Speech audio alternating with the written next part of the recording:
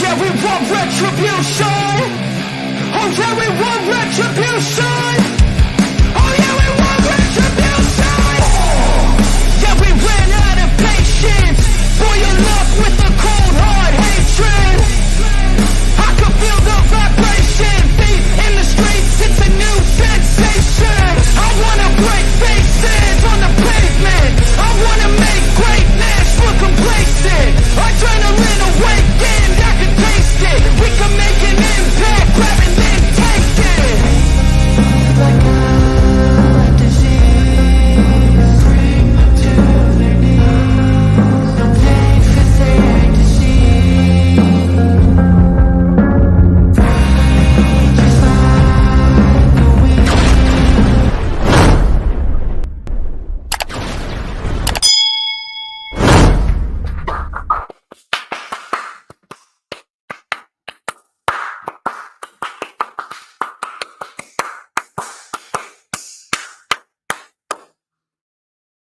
80 degrees. 80 degrees. They say it's supposed to be today on October 28th, 2023. And my God, it seems as though summer just does not want to end. And to be quite honest with you, I am not really complaining. I am not complaining because, truth be told, I do not like the fall. I do not like the fall. I do not like the winter. It's just not for me. Outside of Christmas and New Year's, I don't understand why winter and fall even exists. But regardless of that, that still does not change the fact that it is indeed Saturday, and you know what that means. We're live, and ladies and gentlemen, I am the one and only DJ Storms, and I would like to welcome each and every single one of you back here to the greatest show on earth, as we are streaming live across 4 different platforms and 8 different accounts as the people are beginning to file on in to the eye of the storm. As of course, many of you already know who I am, Mr. Controversy, and the operator of the best damn Twitter handle. No. You gotta conjure it up like a witch. Woo. Hold on. Oh my God. Hold on. Just breathe that in. Just breathe. Oh my God, that is succulent. That is delicious. Do you know what that is? Hold on. Oh. You know what that is right there? That is the smell of pure, unadulterated excellence. Wait for it. Wait for it.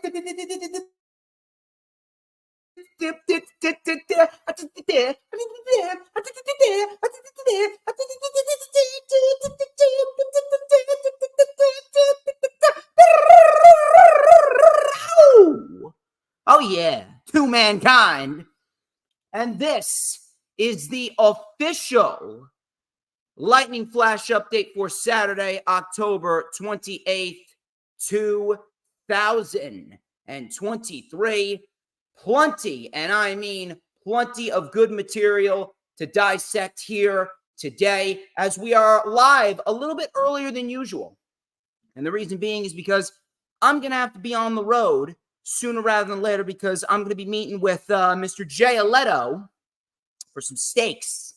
We're going to be talking PWP Nation business, talking about what we could do as far as growing the brand. We're going to have fun. We're going to eat. We're going to drink. And we are going to talk about ways to expand the PWP Nation brand, get the fans a little bit more involved. It's going to be a good day. It is going to be a good day, to say the least. But thank you all for stopping on by. Thank you very much to Maria. Thank you very much to Sarah Hapka and the Final Hoss. You guys are awesome. Thank you very much to, who else is in here? Is that James Punaseka? I think James Punaseka is in here as well. Just in time. Thank you very much for stopping on by. Plenty of good material to talk about here today on the LFU, including TNA Wrestling. Yes, the TNA brand is officially being revived. They are no longer called Impact pro wrestling there called TNA. I will go over why it means absolutely nothing. WWE reports and rumors regarding new championship titles being made 1,000% false. There will be no new championships being made. On top of that, the creative team has not decided on a women's War Games match. They have decided on a men's War Games match, which will not be brand versus brand warfare, which I'm very, very happy about. WWE is interested in Will Ospreay, and CM Punk declined an offer from Impact Wrestling to appear live and in the flesh on their Bound for Glory pay-per-view last Saturday evening. We're going to talk about that and so much more. We're going to go over this week in wrestling. Really not too much hot material going on in the world of wrestling. AEW side of the fence actually had a very good week, but WWE side of the fence, I'm not sure what happened, but this week was an off week, especially for WWE TV. Triple H, I'm not sure what he was doing this week, but clearly he did not put 1,000% of the effort that he put into the last few weeks of shows, because the last month and a half worth of WWE TV has actually been very good. I fully expect Crown Jewel to be great. I mean, I'm taking a look at the card, and the card looks great. But this last week of WWE TV, it just didn't do it. It didn't do it. Dare I say, NXT was actually the best WWE show of the week. Please let me know if my microphone is working okay. I know that the Wi-Fi has been a little bit wonky, so hopefully that should sort itself out as we go further and further into the stream. But once again, thank you all for stopping on by. Plenty of material to talk about and dissect, and we are not going to waste any time. We just need to get through a few self-brand promotion and advertisements.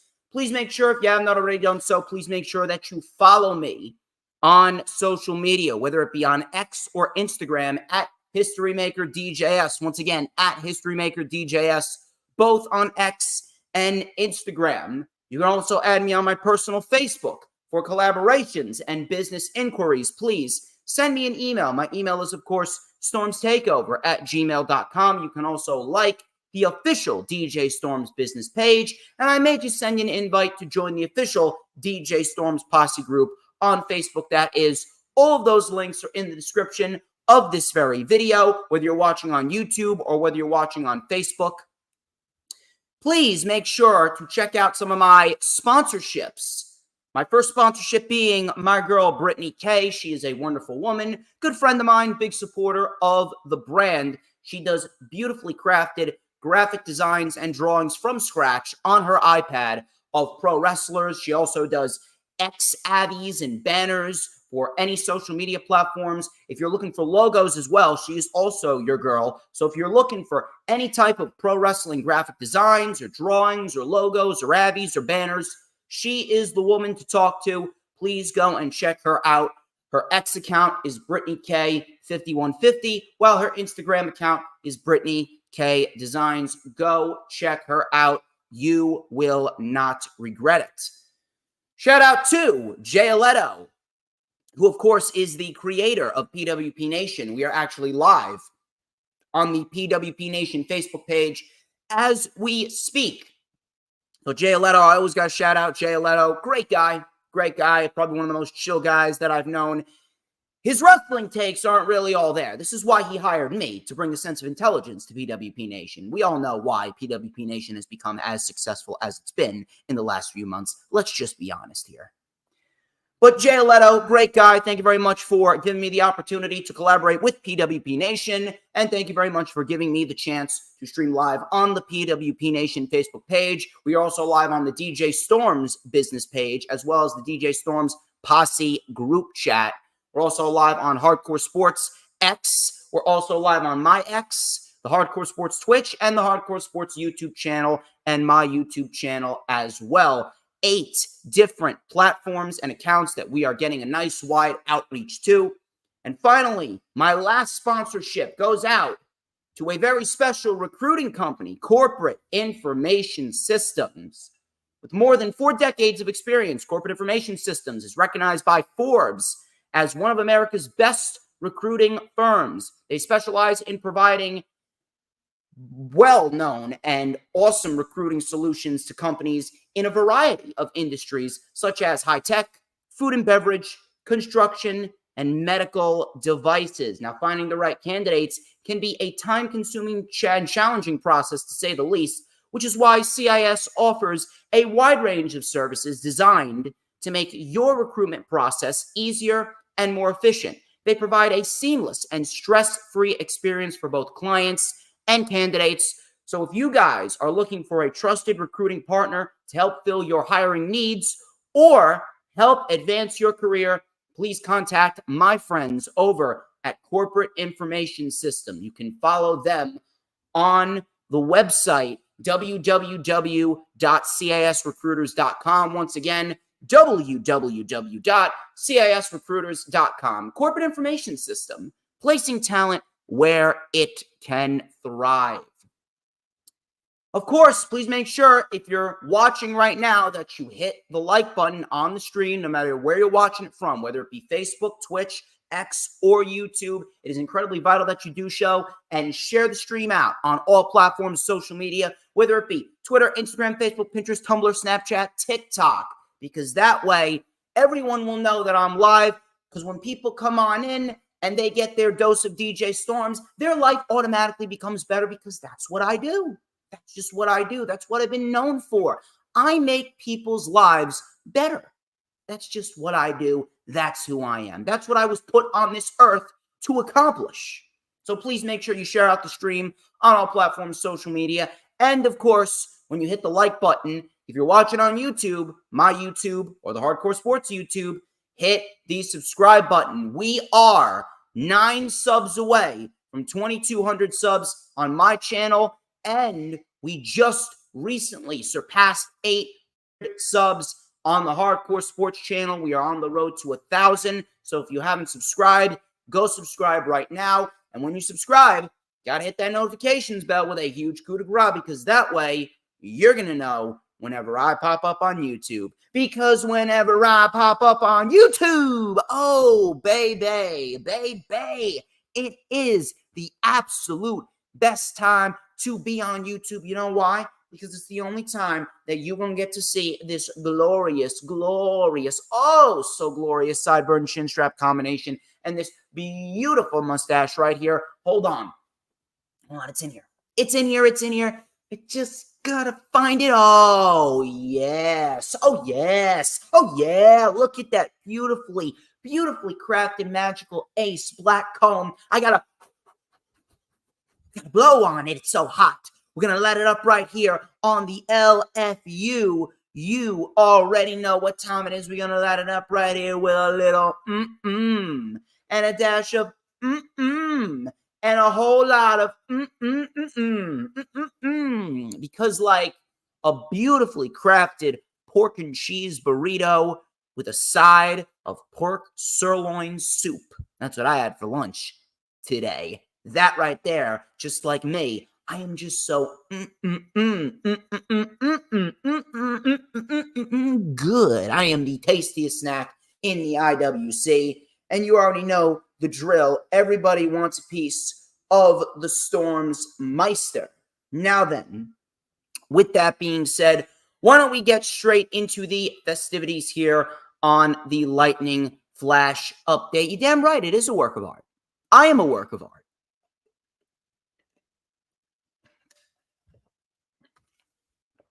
Let's talk about TNA.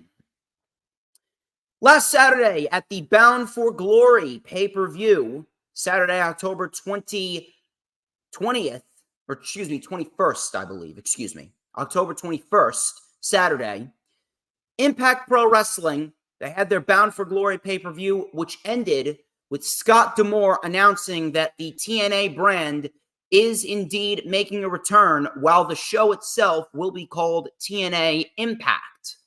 TNA Wrestling will be making a comeback. It was announced at the end of Bound for Glory last Saturday, and according to PW Insider, there will be new TNA Championship belts being rolled out with the current title holders using those belts instead. The new belts have already been crafted and produced, but they aren't likely to be used until January, because in January at Hard to Kill, that will be when the TNA brand will make the full revival. A lot of people have been just overhyping this. We're really making it out to be a big deal when in reality, they haven't really stopped to think what this actually means. I want you guys to process TNA for a minute.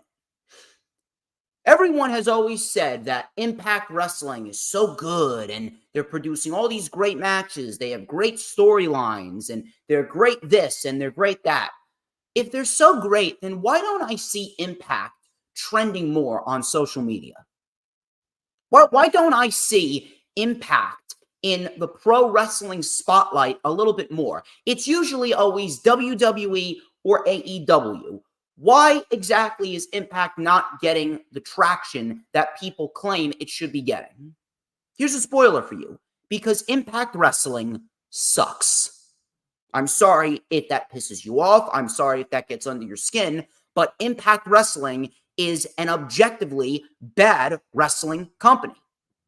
What difference does it make if they're going back to the TNA name? What difference does it make? Has anyone ever stopped to think about that? People say, oh my God, it has such great storylines. Are you even listening to yourself? What good storylines does Impact Wrestling have? Their storylines are terrible. The roster is fantastic.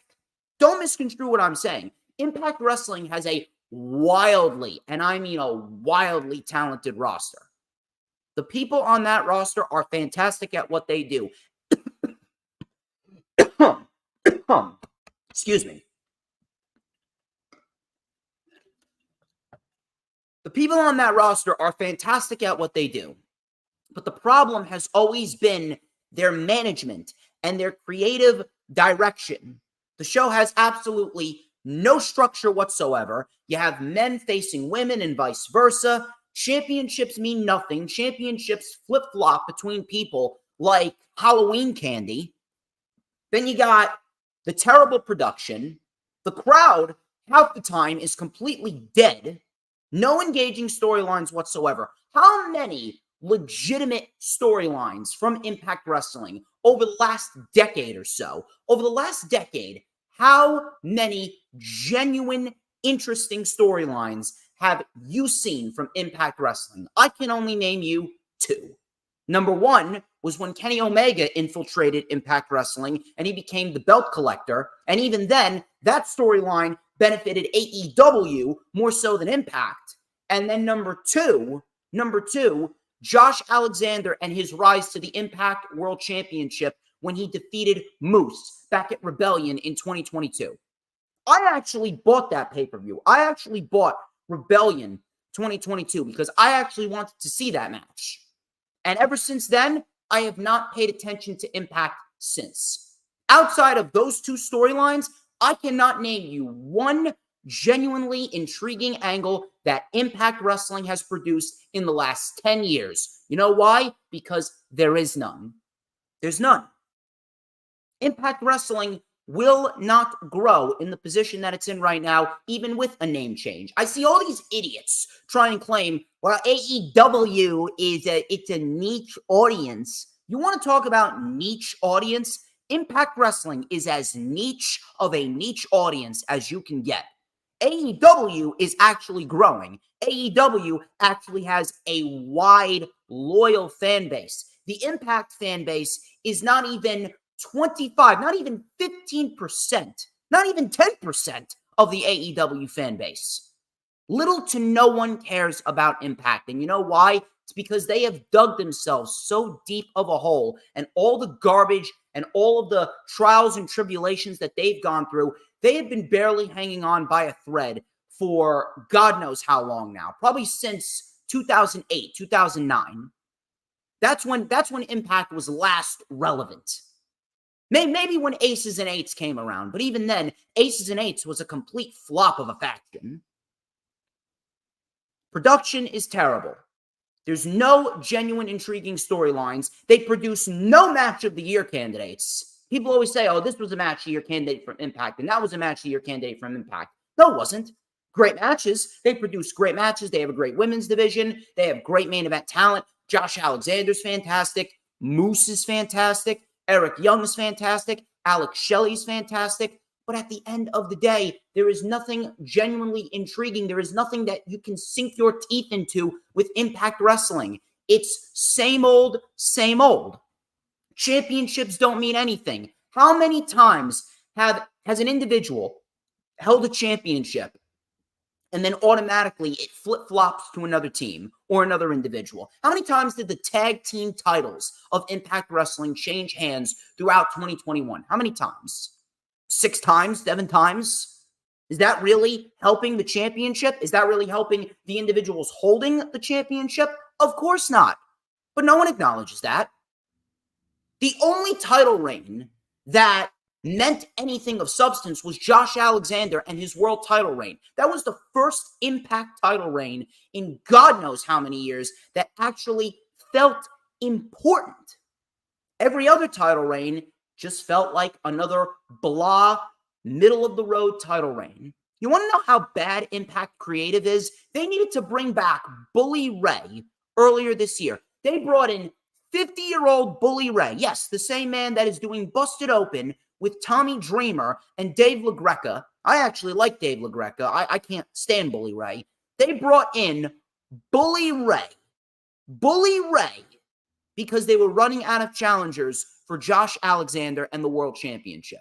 So they brought in Bully Ray to do the job for Josh Alexander. They have built up 0 new stars outside of Josh Alexander and Ace Austin. And Deonna Purrazzo, I guess you could say. But Deonna Purrazzo, she came from the WWE. And then when Steve Maclin finally won the World Championship, what did they do with Steve Maclin? They had him lose the title 2 months later to Alex Shelley. Not to take anything away from Alex Shelley, because Alex Shelley is amazing at what he does. But I mean, after how long of a journey towards the Impact World Championship? How long was Steve Maclin chasing the championship? 2 years? He finally won it, and he loses the title not even 65 days later. That's how you book a world champion? That's how you build new stars? That was terrible. That was absolutely terrible. They could bring back Impact Wrestling as a show, and they can bring in the TNA name all they want. They can create new titles. They can create new logos. At the end of the day, when it comes down to it all, you can take a Big Mac and you can call it a fancy top-of-the-line sirloin burger, but it's still a Big Mac. It's still lowbrow food. And just like a Big Mac is still a Big Mac, no matter if you want to call it a fancy sirloin burger, Impact Wrestling is still a lowbrow wrestling show, no matter if they want to call it TNA. Doesn't matter. There will be no difference being made. If Impact really wants to grow, they need to get out of these VFW halls that they're hosting these shows in. They need to get out of these 600, 700 people shows. They need to get better promotion. You need to invest your money in better promotion. You can't do tape shows anymore. You can't do tape shows. Impact Wrestling, unless they are doing NXT black and gold style shows, which they're not, they need to be live on a weekly basis, and they're not. It's pre-taped. They're only live when they have these special pay-per-view events. Impact Creative is terrible. The promotion is terrible. Championships mean nothing. It doesn't matter what they call themselves, because Impact Wrestling will still be a low-brow wrestling company. It's that simple. I think that they have a fantastic roster. Don't get me wrong. Impact Wrestling has a fantastic roster with Josh Alexander, Deonna Purrazzo, and Alex Shelley, and Moose, Steve Maclin, so many other individuals. Jordan Grace is a very good women's wrestler, and great tag teams, whether it be Violent by Design or Ace Austin and Chris Bay or the Radicals, but their production sucks. Their promotional skills suck. The shows need to be live every week, and they're not. Their creative team is terrible. No engaging storylines whatsoever. And if you're going to tell me that there is, you're lying. Championships mean nothing. What is going to change just because they're going by the Impact Wrestling show and the TNA brand name again? Again, you can take a Big Mac and call it a fancy sirloin burger, but it's still a Big Mac. It's still lowbrow food, just like TNA Impact will always be a lowbrow wrestling company. Moving on here, we got ourselves some news regarding WWE championships. TNA is getting new championships. Ringside News actually reached out to a tenured member of the WWE creative team because there was a story going around about screen testing for new championship belts. And apparently, the tenured WWE source told Ringside News that, and I quote, is 100% fake news. So WWE is not getting new championships, but to be quite honest with you, minus the World Championship, the Women's World Championship, and maybe the NXT titles, outside of that, WWE's championship titles and their designs, they need a complete overhaul. The majority of WWE championship designs are lazy, and I mean lazy. It's the same exact logo every single time. It's very, very ugly designs, very, very ugly structures. The Intercontinental Championship and the United States Championship, the two mid-card titles that they have, are ugly as can be. The TNT title and the International title put the Intercontinental and the United States title designs to shame. So if anything, I actually hope that WWE would invest in new title designs. I mean, my God, how much money are they making? How much money are they making now that they're a part of TKO? And you cannot give me quality championship title designs? If you're asking me, I wish it was real. I wish that story was real. Because WWE championship designs, at least the majority of them, they suck. Ringside News also asked about the possibility of a women's War Games match this year. They were told by a tenured member of the creative team that a women's War Games match has not been decided at this moment. Now, this was as of a few days ago. I am not sure where they're going to go, but to be quite frank with you, a women's War Games does not feel necessary this year. It, honest to God, does not feel necessary this year. What has been going on? Ask yourself this. What has been going on in the women's division on television that has warranted a War Games match? Nothing. Absolutely nothing. There's no brand warfare tension. There's no faction that would fit good in a women's War Games match. Damage Control is virtually on the verge of breaking up right now because Bayley and Io Sky should be a future women's title program in the future in order to build up Io Sky and her title reign. What have they been doing with the women's division that has warranted a War Games match? The women's division isn't even worthy of a Survivor Series match. The WWE women's division right now sucks. A lot of things with WWE suck, but their women's division, they are at the bottom of the barrel right now. There are no intriguing storylines in the women's division. The only saving grace of WWE's main roster women's division right now is Io Sky and her championship reign, because Io Sky is actually putting on great matches as the women's champion. And I'm actually shocked that she's held the championship for this long, even with Triple H in charge. Even with him in charge, WWE cannot seem to let their fetish of Charlotte Flair go. Now, we're going to see Bianca in the championship title scene against Io at Crown Jewel. I'm going to talk about that a little bit later on, but Bianca's really not doing anything unless they want to do another Damage Control War Games match, but we saw that last year. It was a decent little match for what it was, but it really wasn't anything memorable. Really wasn't anything memorable whatsoever. If anything, I wish that we would have gotten some blood in the War Games matches last year, because if we did, that would have actually made the matches a bit better. The War Games matches last year, in terms of wrestling ability, were kind of disappointing. Even the men's War Games match was disappointing. The men's War Games match was not built around wrestling. It was built around story. And I'm going to be quite honest with you right now. I'm at a point in time in my age as a wrestling fan. I don't care about any stories that go on in the world of wrestling. I just want to see a banger match. I legitimately do not care. But I realize that story and wrestling, they are necessary and they go together. This is why I say that I always speak objectively. I always put my personal opinions aside for the greater good of objectivity in pro wrestling. Now, objectively, Survivor Series last year was a very good show, but the War Games matches last year were kind of disappointing from an in-ring perspective, especially the women's match. So if we are not getting a women's War Games, I'm not going to sit here and complain. I'm really not going to sit here and complain because the women's division right now in WWE, it's just dead.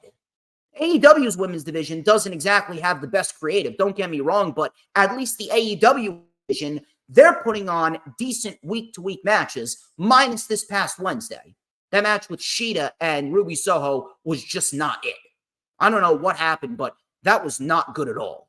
We'll talk about that when we get to the AEW portion of the review, but as far as the WWE women's division goes, they have absolutely nothing going for it. Even Rhea Ripley's title reign isn't good. The only thing that Rhea Ripley has done in her title reign that's been good was the match with Natalya back over the summer. In July, I believe it was, where she beat Natalya in what was probably the best match on that specific episode of Monday Night Raw. Women's wrestling in WWE sucks. So I'm glad that they don't have a War Games. And to be quite honest with you, they don't need one. Sticking with War Games, according to the daily update from Dave Meltzer, WWE is actually planning a War Games match for the men, but it is not going to be brand versus brand supremacy, which is actually great news, to be quite honest with you. It is great news because the brand versus brand warfare has been done to absolute death. The brand versus brand warfare has actually made Survivor Series one of the most lazy shows of the entire year because there's nothing on the line. If we would have actually had some genuine competition being formulated and structured between Raw and SmackDown, now that we have GMs, if we actually had legit competition, legit brand versus brand competition in which there were stakes on the line, whether it be this brand gets the number 30 spot in the Royal Rumble, or this brand gets the main event of WrestleMania Night 2, or this brand and the winning brand will have the top 5 individuals on their Survivor Series team earn championship matches, whether it be a number 1 contenders fatal 5-way match at the next pay-per-view, and then the winner gets a title shot at the Royal Rumble. Something, a United States title opportunity, an Intercontinental title opportunity, whatever it may be, something of substance, so that way we will actually feel like we are watching a show that is important. But Survivor Series, outside of last year, Survivor Series for many, many years has been probably the weakest of the big 4 pay-per-views. It's honest to God been a downright complacent production on WWE's part. Honest to God, it's been a complacent production on WWE's part. I don't care how much money you're making. That doesn't give you or anyone else the right to be lazy. So I'm glad that this is not a brand versus brand warfare match for War Games, because there's a story going on right before our very eyes. Bloodline and the Judgment Day versus Cena, perhaps, if he's still around, maybe an LA Knight, Cody Rhodes, Sami Zayn, and Jey Uso. That right there is your War Games match. Cody Rhodes, Sami Zayn, Jey Uso, LA Knight, and John Cena versus Roman Reigns, Solo Sikoa, Jimmy Uso, Finn Balor, and Damian Priest. That should be your War Games match. Everyone is tethered together. And that right there, you can formulate more than one storyline coming out of that match. Look at the possibilities. The brand versus brand warfare is not going to happen at Survivor Series inside of War Games. Good. It should have never even been a thought. The brand versus brand warfare tactic for Survivor Series has undoubtedly been one of the laziest concepts that WWE has ever come up with, because there's nothing on the line. There is no real tension between Raw or SmackDown. So I'm glad it's not going to be Raw versus SmackDown inside War Games, because you have a picture-perfect War Games match that you can shoe right in there for the men. Cody, Cena, LA Knight, Jey Uso, Sami Zayn, Roman Reigns, Damian Priest, Finn Balor, Solo Sikoa, and Jey Uso. And then you can formulate more than one story.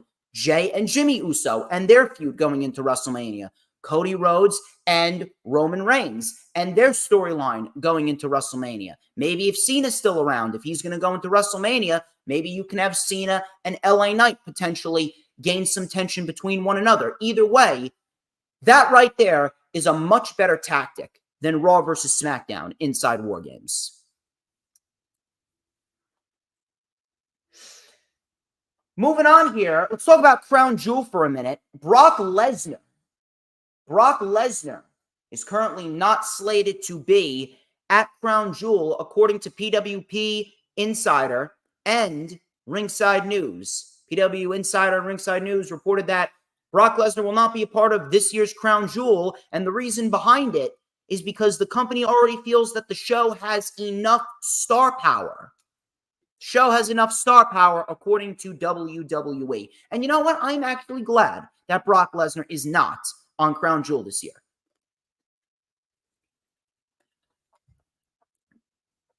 Some people are going to ask, oh my God, how could WWE not put Brock Lesnar on Crown Jewel this year? If they already have enough star power and it's already sold out, what do they need Brock Lesnar for? They're already making a ton of money from the show. Why do they need to put Brock Lesnar on the show? If you're asking me, Brock Lesnar, when he's put on a show, Brock Lesnar actually makes the shows worse. People are really overhyping Brock Lesnar and his ability. No one is watching the show for Brock Lesnar anymore. The appeal of Brock Lesnar has worn off. I don't care if they're partnered with the UFC or not. Brock Lesnar does not draw. They don't. It doesn't. Brock Lesnar is not a draw anymore. If he was a draw, people would actually be tuning in to watch Monday Night Raw when he's on. And when he's on Monday Night Raw, they still get the same exact ratings as they would have gotten if he's not on the show. They still get a 1.6 or a 1.7, whether Brock Lesnar is there or not. And on top of that, Brock Lesnar, as we speak, is probably the laziest that he has ever been. Brock Lesnar's current run with the WWE since he returned at SummerSlam 2021, this has undoubtedly been the worst Brock Lesnar run that we have ever seen. Outside of his match with Cody this year at SummerSlam and his match with Roman Reigns last year at SummerSlam, Brock Lesnar has legitimately done nothing of substance. His matches are booked the exact same way. Suplex, F5, suplex, F5. Knee to the gut, suplex, F5, knee to the gut, F5, F5, F5. It's the same match every single time outside of the two matches that I just named. And to be quite honest with you, I've said it once, I'll say it again. I would pay Brock Lesnar to sit at home for the rest of his contract within WWE. And a lot of people are pretty much done with Brock Lesnar. He offers nothing of substance, and he doesn't draw. So why even bother bringing him back? I'm glad that he's not on the show. Moving on here to someone who is not lazy, someone who's probably one of the hardest working individuals in pro wrestling today, Will Ospreay. Will Ospreay has hired Barry Bloom to represent him in future negotiations when it comes to contracts. Bloom currently handles Kenny Omega and the Young Bucks. The belief is that Ospreay is setting up Bloom to get him the best big money offer possible when he hits the free agent market. And I know that James Punaseca, he knows all about Will Ospreay. I actually told him to go check out Will Ospreay versus Kenny Omega from this past June at Forbidden Door. He actually said that he was very much impressed with Will Ospreay, and it was probably one of the best matches that he's ever seen. So James Punaseca, he knows all about Will Ospreay. And Will Ospreay, apparently, he also has interest from WWE, according to Ringside News.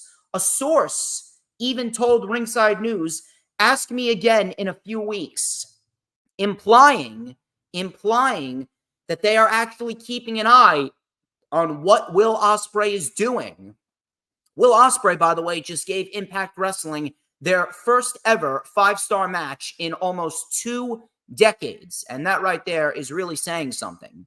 That right there is really, really saying something. And I could not be happier for what Will Ospreay is doing right now. Will Ospreay is probably the most sought-after pro wrestler right now. I am not even kidding. It doesn't matter who's in WWE. It doesn't matter who's in AEW. Will Ospreay right now is the most sought-after pro wrestler as we speak. If there's one guy that's been able to rival what MJF has done this year, it's Will Ospreay.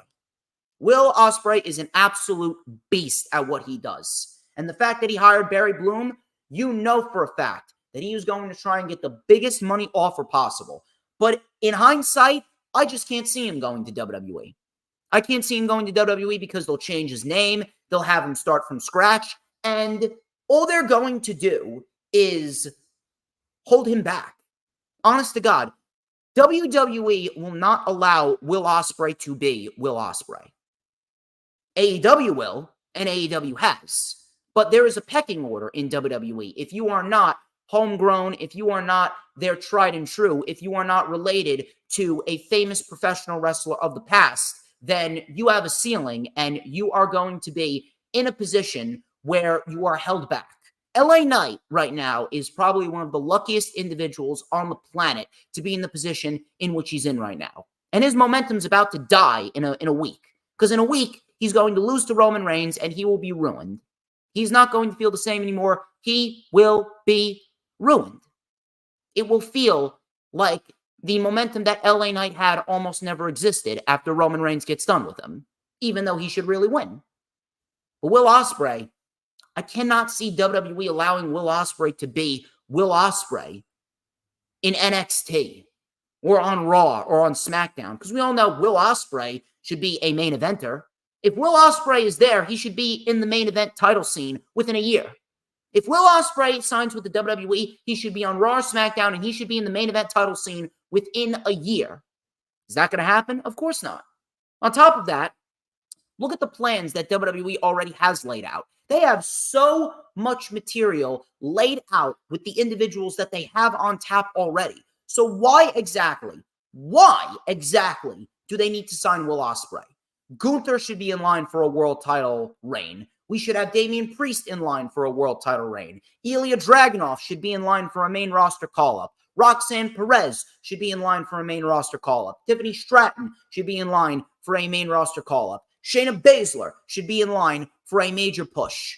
They should have a renaissance in the tag team division. We should get DIY versus the Judgment Day for the tag team titles. How much material do they already have lined up with the people that they have on tap already? They do not need Will Ospreay. Now, AEW doesn't need Will Ospreay either, but Will Ospreay will absolutely add depth to the main event scene in AEW. And he could very well be a challenger for MJF. Who knows? He could very well take the title off of MJF. Maybe we see Will Ospreay make his way into AEW, and when Adam Cole takes the title off MJF, maybe we're getting Will Ospreay versus Adam Cole. Maybe Will Ospreay is going to be in the main event of next year's All In. Who knows? Who knows?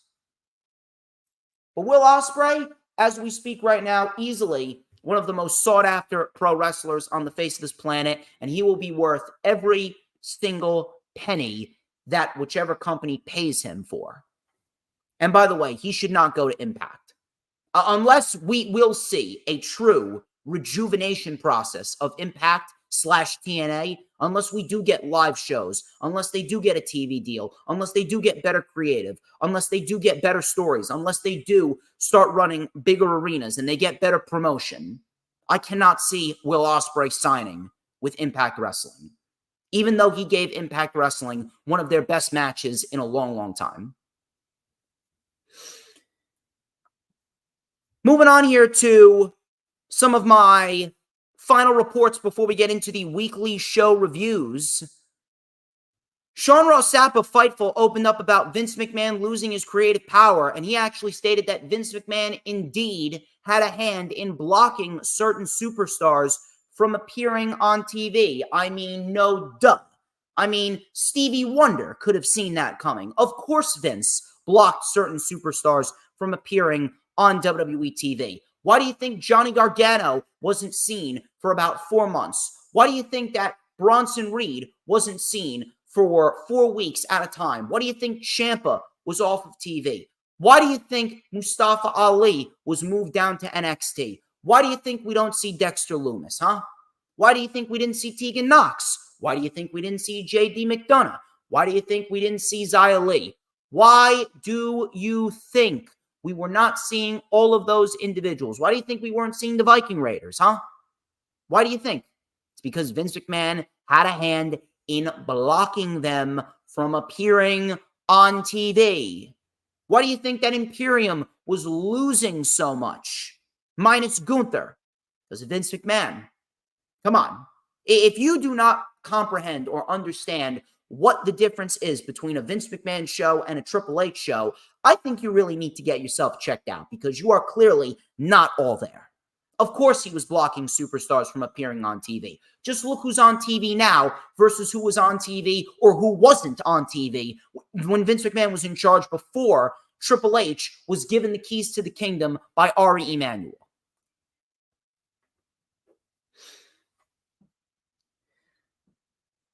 Dave Meltzer, he came in with an interesting report while speaking on Wrestling Observer Radio. Dave Meltzer reported that Drew McIntyre has still not re-signed with the WWE. And it looks like that Drew McIntyre's deal could come up sometime around WrestleMania 40 season, which, by the way, is rapidly approaching. Trust me on that. WrestleMania season is rapidly, and I mean rapidly approaching. It's going to show up sooner than you think.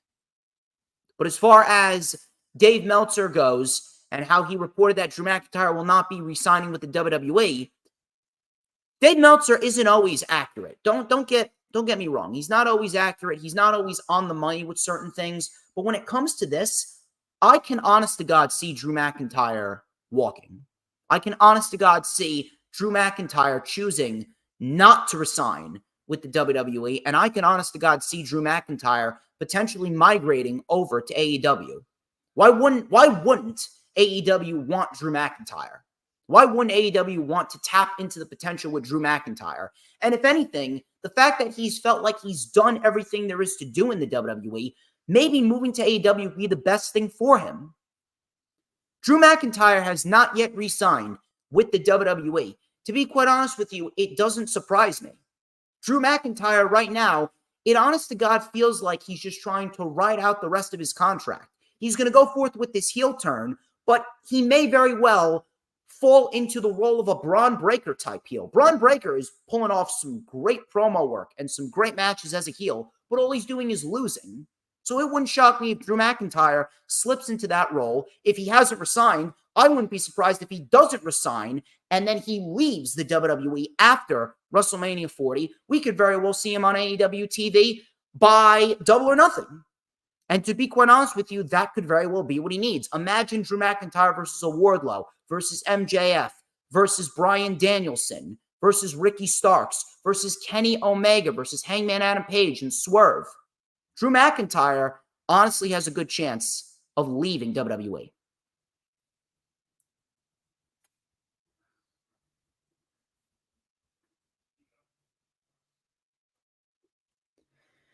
Speaking of the WWE recently announced that they have a brand new premium live event coming up, Bash in Berlin, which is set to take place on August 31st, 2024 at the Mercedes-Benz Arena in Berlin, Germany. And that is just a mere 6 days after we have AEW All In, so you know for a fact that they are doing everything in their power to just be petty towards All Elite Wrestling. And again, that right there, it just really gets under my skin because they want to act like AEW is not competition, but yet they are pulling off a pay-per-view legitimately 6 days after AEW's biggest show of the year, what will now be AEW's biggest show of the year going forward into the next God knows how many years. So, I mean, at the end of the day, what am I supposed to think? WWE is a petty wrestling company. They are piss poor. They are pathetic. Now, that being said, I think that this is a great move because the international crowds are perhaps the best crowds out of any professional wrestling crowd throughout the year, whether it be Puerto Rico, Saudi Arabia, the UK, Germany. I'm telling you, the international crowds are really where it's at. And if I'm going to book this show Here's what I would do. Gunther wins the Royal Rumble. Obviously, we know that. Gunther loses the Intercontinental Championship and he wins the Royal Rumble. He should fight Seth Rollins at WrestleMania. Damian Priest should cash in his Money in the Bank contract a la Seth Rollins at WrestleMania 31. And then we should see Damian Priest win the title by pinning Rollins. And Gunther, he is built up towards Bash in Berlin. Damian Priest, Gunther, Bash in Berlin. And that's when Gunther wins the title. That right there will make his win feel more important than doing it at WrestleMania, to be fair. You know why? Because those are his people. That is going to be Gunther's people in the European area. So I would rather Gunther win the World Heavyweight title on his home turf rather than doing it at WrestleMania. And on top of that, you can't have Damian Priest and his Money in the Bank contract go to waste. You can't. So have him cashed in, give him a solid 5 months as champion, and then have him drop it to Gunther at Bash in Berlin. Some people are saying Gunther and Ilya Dragunov. Too soon for that. We don't need to go forth with that. Have Dragunov get called up after WrestleMania, and then you can build up Ilya Dragunov to potentially fight for the Intercontinental title, and then maybe if you want to, Dragunov could win the Royal Rumble next year, and we could get Gunther and Dragunov at WrestleMania 41. What's the rush with Dragunov? How old is he? 28, 29? Guy's a stud. Guy's got at least 10 to 15 years left in the business. You do not need to rush Gunther and Dragunov. That is a WrestleMania match. And my final report here. According to Wrestle Purist, CM Punk was given an offer by Impact Wrestling to appear on the Bound for Glory pay-per-view last Saturday. However, CM Punk turned down the offer.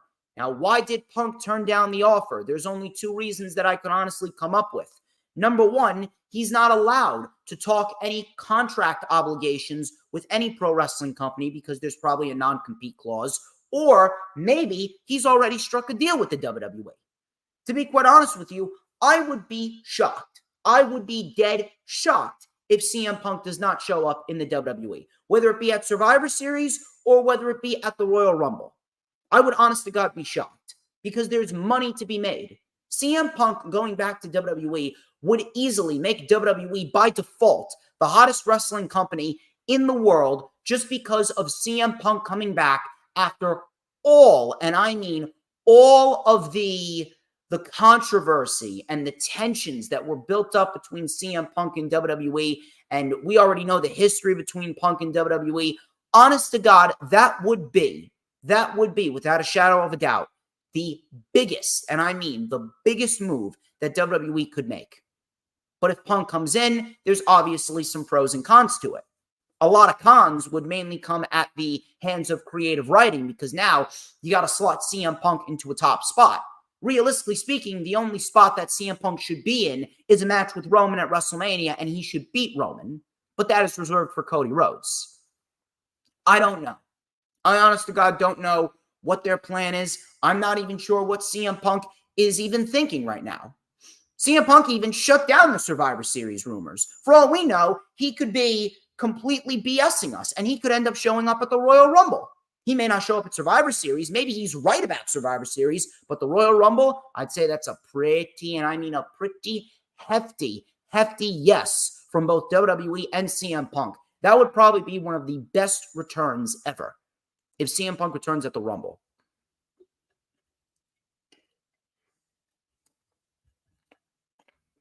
But Impact Wrestling. I don't know where CM Punk's head's at.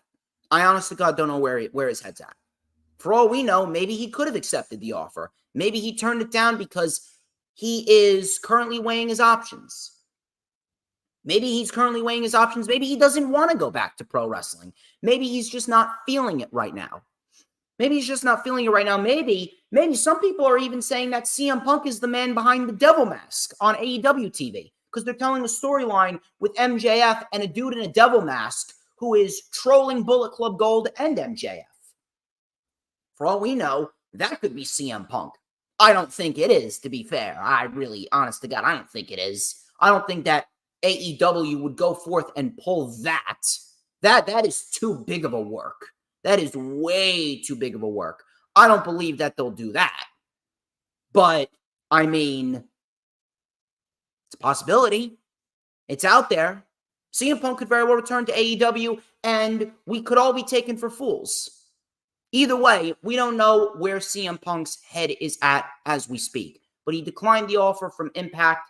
Again, maybe he doesn't want to go to Impact, or maybe he's not allowed to make any pro wrestling appearances. I guess we'll find out in the next month. We'll find out in the next month. We're going to be keeping our eyes out. We're going to be keeping our eyes out for sure. The eyes of the world will be on Survivor Series one way or another. Those are your news, rumors, and reports. Hope you guys are having a good time with the stream. Thank you very much for sticking with me. You guys have been awesome all stream long. You guys have been awesome. Thank you very much for Dee Dee to stop by and have some fun with good old DJ Shizzle Dizzle. Plenty more material to talk about. We're going to get into the weekly show reviews. We got Monday Night Raw, Dynamite, SmackDown, and Rampage. I don't know what happened, but Raw and SmackDown this week, they just did not hit like they've been hitting. They just did not hit like they've been hitting. I am not sure what went down. I'm not sure what happened, but Monday Night Raw was extremely, and I mean extremely boring. SmackDown was slightly better, but even then, SmackDown can be classified as boring as well. It, honest to God, felt like Triple H was just phoning in these shows. He's got the card set for Crown Jewel. It's going to be a great show, so he doesn't need to put any effort into anything that's going on Raw or SmackDown. I don't like that. I don't like that at all. Finn Balor and Damian Priest, they kicked off the show. Standard, stereotypical Judgment Day promo, opening the show, relishing in their tag team title victory, and then Cody Rhodes interrupted. Everyone's favorite Cody Rhodes. By the way, he's got a hurt leg now. So he's walking around with a bum leg, a bum ankle. Adrenaline in my soul. One-legged man named Cody Rhodes. Oh! Cody Rhodes. He came out and he says that he's here to talk to the leader of the Judgment Day, but Rhea Ripley isn't out here. I would also say that aside from Dominic, she's your mommy too. So she's out here cutting all the deals, including the deal with the Bloodline. I would like to speak to you, Damian Priest, said Cody. You gave me a low blow, and if you thought that that was the final shot, you are wrong. So Priest says that he's happy that Cody found him because he would have found Cody anyway. So he goes, there's a lot to talk about, including your story. But at this point, your story has got to be that you fail. Cody then wanted to fight, and then Priest then challenged Cody at Crown Jewel. Cody accepted. He asked what to do now. Why don't we give everyone a preview of Crown Jewel? And all of a sudden, Judgment Day came out. Jey Uso came out as well. JD McDonough came out to shift the advantage in Judgment Day's favor. They put a chair around Cody's leg and then smashed another chair into it, which shattered his leg. So Cody Rhodes went into the Brock Lesnar feud with an injured arm. Now he's going into a Judgment Day feud with Damian Priest with an injured leg. At this point, he's going to be in a neck brace and a wheelchair by the time he gets to WrestleMania 40. Same open that we've seen for God knows how many weeks. It did what it needed to do. Priest and Cody should put on a great match, but at the end of the day, it was the same exact open that we've been seeing for the last 5 months on Monday Night Raw. Alpha Academy. They took on the New Day. This was actually a pretty solid tag team match. We had a fireman's carry into a power slam by Xavier Woods. We had a German suplex barrage by Gable. That got a 2 count. We had a Steiner Bulldog by the Alpha Academy, but Kofi Kingston saved the match. Otis then with the Caterpillar on Kofi. Otis was then sent into the post. Blind tag by Gable. Woods went for the Caterpillar, but Gable caught him in an ankle lock. We had a roll through for 2. We tagged. We had Woods tagging Kofi. We had a springboard axe handle. Tag back to Woods. Trouble in Paradise. Tope Con Hero by Kofi taking out Otis. And then Woods with the diving elbow drop. And Xavier Woods gets the win and his team. And I'm guessing that the New Day are going to be challengers for the Judgment Day following Crown Jewel. And that was pretty much that. Solid little tag team match. I'm glad that tag team wrestling has actually taken a little bit more of a focus on Monday Night Raw. But after this is where the show started to go downhill. Rhea Ripley and Seth Rollins had a little segment. And Rhea Ripley says, I don't know how you're going to have a title reign like Roman Reigns with a bad back.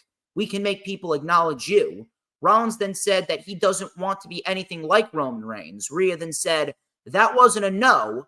Think about it. Now, I'm not really sure where they're going here. I'm not sure if Seth Rollins is going to be a part of War Games. I guess we'll have to wait and see.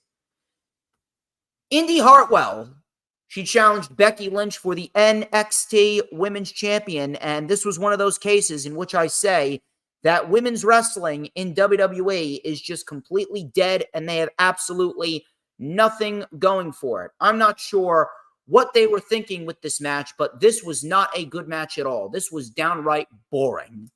Very, very basic, very, very lame match. The crowd was dead, and it just further proves that Becky Lynch is literally doing nothing for the NXT Women's Championship. Thank God she lost it to Lyra Valkyria. But even then, I got my reservations on that. So let me go over this, and then I'm going to get into Becky and Lyra, and I'm going to rant about that. So Indy Hartwell, she was doing her normal moves, diving elbow to the back, reverse DDT by Becky. We had a power bomb by Indy Hartwell, spine buster for a 2. In the end, Becky got the disarmor, and Indy Hartwell tapped. Crowd was dead. WWE crowds, before I get into Becky and Lyra, WWE crowds are sold out, okay? People want to make a big deal. Well, you know, WWE sells out arenas. That is something that AEW cannot do. Right? Sold out weekly, apparently. Seems like WWE is selling out weekly. And yet the crowd, for half the show, sometimes 80% of the show, is as dead as a corpse. Think about that. Zero noise outside of Cody, outside of Rollins, outside of the Judgment Day. Outside of those 3 acts, the crowd is completely silent for everyone else. What does that tell you, huh? I would much rather have a crowd that is half filling the arena. I would much rather have a crowd of 5,000 people that are making all the noise in the world rather than having a crowd of 15,000 people and all they're doing is sitting on their hands dead quiet. WWE US crowds are perhaps some of the worst wrestling crowds in the entire industry right now. They may be worse than Impact Wrestling crowds. Now, as far as Becky and Lyra go, so Becky Lynch, the whole point of Becky Lynch winning the NXT Women's Championship was to drive up the ratings because that's all they were doing it for. They're doing it because they can't be bothered to generate any genuine intrigue, any genuine interest on Tuesday nights on their own with the talent that they have. So they need to bring in Becky Lynch, and she wins the NXT Women's title. She literally did nothing with it. She had a couple of decent matches, but she did nothing with it. She has a couple of good matches with Tiffany Stratton, but she ultimately ends up burying Tiffany Stratton, ultimately to drop the title to Lyra Valkyria at Halloween Havoc after 42 days. 42 days as the NXT Women's Champion, and the NXT era is over. I mean, am I losing my mind here, or am I losing my mind here? So let me ask you all a question. And I'm actually going to speak to WWE because I know that they're watching me. If Becky Lynch was ultimately going to lose the title after a month and a half, if Lyra Valkyria was ultimately going to win the NXT Women's title next, why didn't you just keep the title on Tiffany Stratton and then have Tiffany drop the title to Lyra at Halloween Havoc? Why did we need to take a Becky Lynch detour? She actually did more harm to the division than good. She buried everyone that she stood into the ring with. She was not beneficial to NXT whatsoever.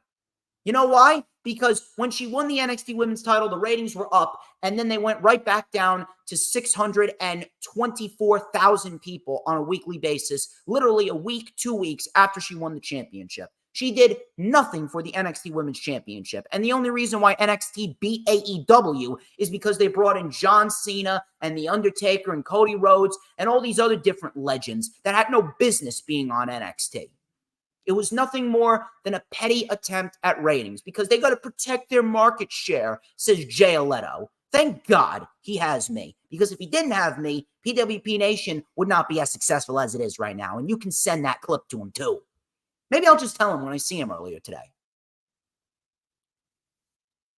See, what they should have done if you wanted to use Becky Lynch on NXT, if you actually wanted to use Becky to help build up new talent like she should have done, there's no reason why Becky Lynch should even be in the conversation of ever winning a championship ever again. She's a made woman. She's no better than Charlotte. She's a made woman that continues to take the spotlight. What they should have done is they should have had Becky build a legitimate program with Tiffany going into NXT No Mercy.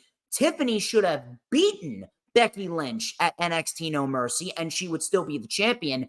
Then Becky should have fought Lyra at Halloween Havoc with no title. Lyra would have beaten Becky, and then you could have built up Lyra versus Tiffany at NXT Deadline at the beginning of December. And then Tiffany would have had a nice, solid amount of time with the championship. Lyra would have had a big-time match with Becky on NXT TV. She could have still gotten the victory, just like she did this past Tuesday. She could have still gotten the victory, and then she would have gone to Deadline on a pay-per-view in front of a bigger crowd, and then she would have won the NXT Women's title then. That's what they should have done. But hey, what do I know?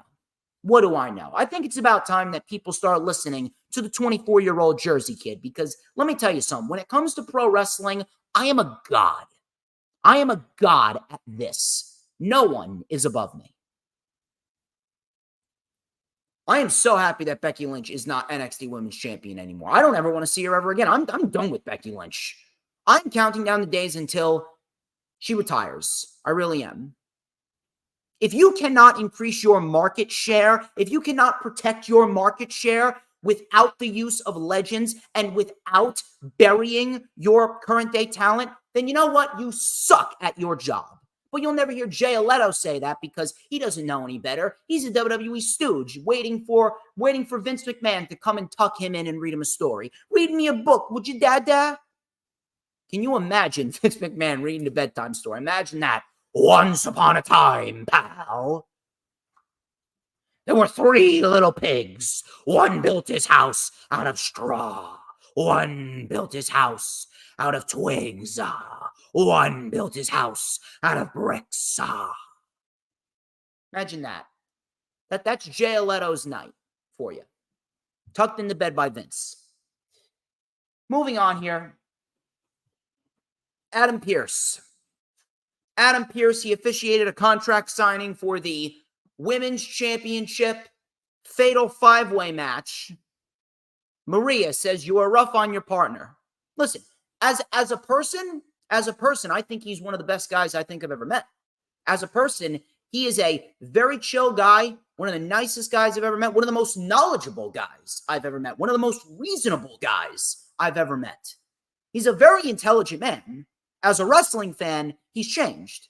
As a wrestling fan, he is not what he used to be. He's become a WWE shill right down to the very last letter. He says the same tired excuses about AEW every week. Meanwhile, AEW is putting on objectively better shows than WWE. If he would just admit that he's a WWE stooge, I would just end it right then and there. I wouldn't say another thing about him. As a person, he's great. As a wrestling fan, he's a moron. And he knows that. He doesn't care. He doesn't care. I know he feels the same way about me too. But here's the difference. My feelings are valid. His are not. I'm right. He's wrong. Let me get back to the material here. Adam Pearce. He officiated the contract signing for the Fatal 5-Way match for the women's title at Crown Jewel. Raquel Rodriguez, Shayna Baszler, Nia Snax, Zoe Stark, and Rhea Ripley. Rhea Ripley actually came out. She actually came off very well. She cut a promo, and she promised that she will make Adam Pearce's life a living hell if he continues to try and set Rhea Ripley up for failure. You're just going to have 4 less women in my division because Mommy is always on top. Nia then took the mic, and she said, "You won't step in the ring? Oh, I see. You want me to squash all of them for you." So she started being very sarcastic. My ears were beginning to bleed from how bad her promo was. We get a big brawl, and that was it. The match itself should be fine. But this is as lazy as you can get. And it just further validates what I said last week. Rhea Ripley's title reign has been horrible. In no way, shape, or form should Rhea Ripley be number 1 on Pro Wrestling Illustrated's top 250 women. That belongs to Athena. Giovanni Vinci and Johnny Gargano, this went legitimately 2.5 minutes. This was absolutely inexcusable. In no universe should Giovanni Vinci and Johnny Gargano be getting 2.5 minutes. So you can barely give them 2.5 minutes, but you give Indy Hartwell and Becky Lynch 10 minutes. Yeah, makes sense. And by the way, Indy Hartwell is terrible. She should have never left NXT. Tommaso Ciampa helped Johnny Gargano get the win. Who cares?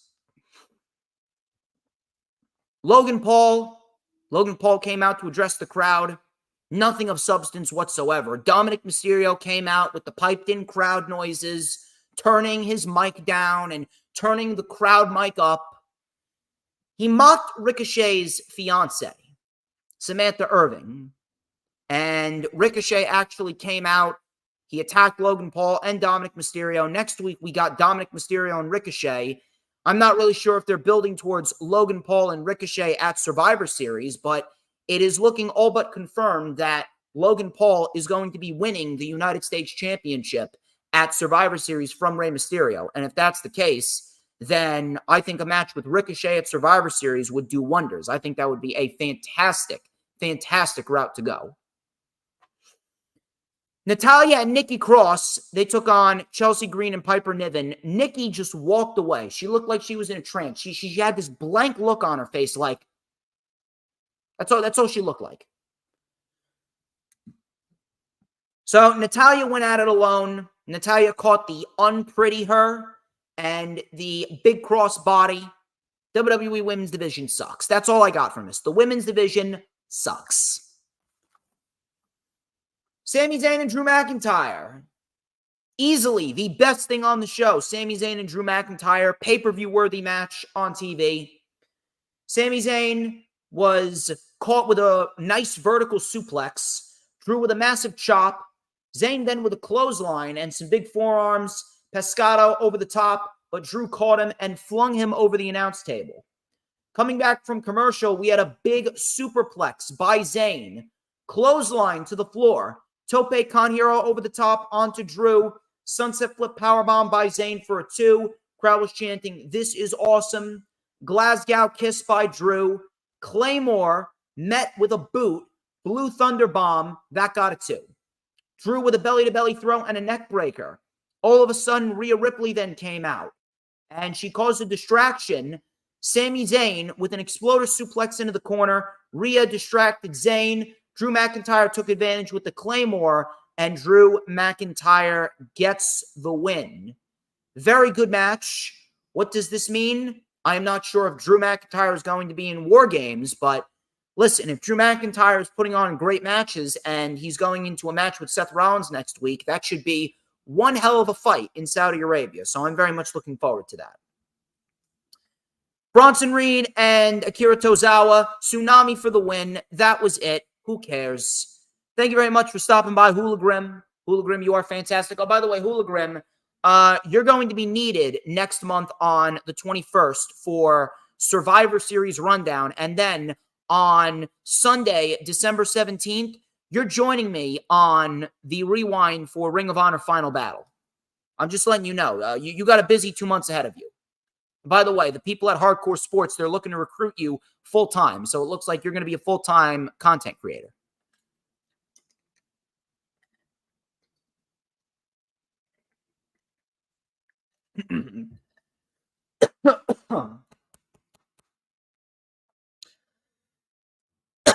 Main event. Main event was Jey Uso. Jey Uso. I don't know why. I have a cough now, and I can't really talk. Jey Uso and Damian Priest. Jey Uso and Damian Priest. The match was fine. I mean, I'm not gonna take anything away from them, but again, same main event that we've seen for God knows how many months. Judgment Day, Damian Priest, Jey Uso, Cody Rhodes, Sami Zayn. Who cares? Who cares? It's the same garbage every week. Damian Priest actually got the win here. Damian Priest got the win. Balor then attacked Jey Uso. Cody Rhodes came out hobbling on one leg, and he swung a chair violently, and he tried to crush Damian Priest's leg, but Finn Balor pulled him out of dodge, and that was it. That was the way that the show went off of the air. Boring.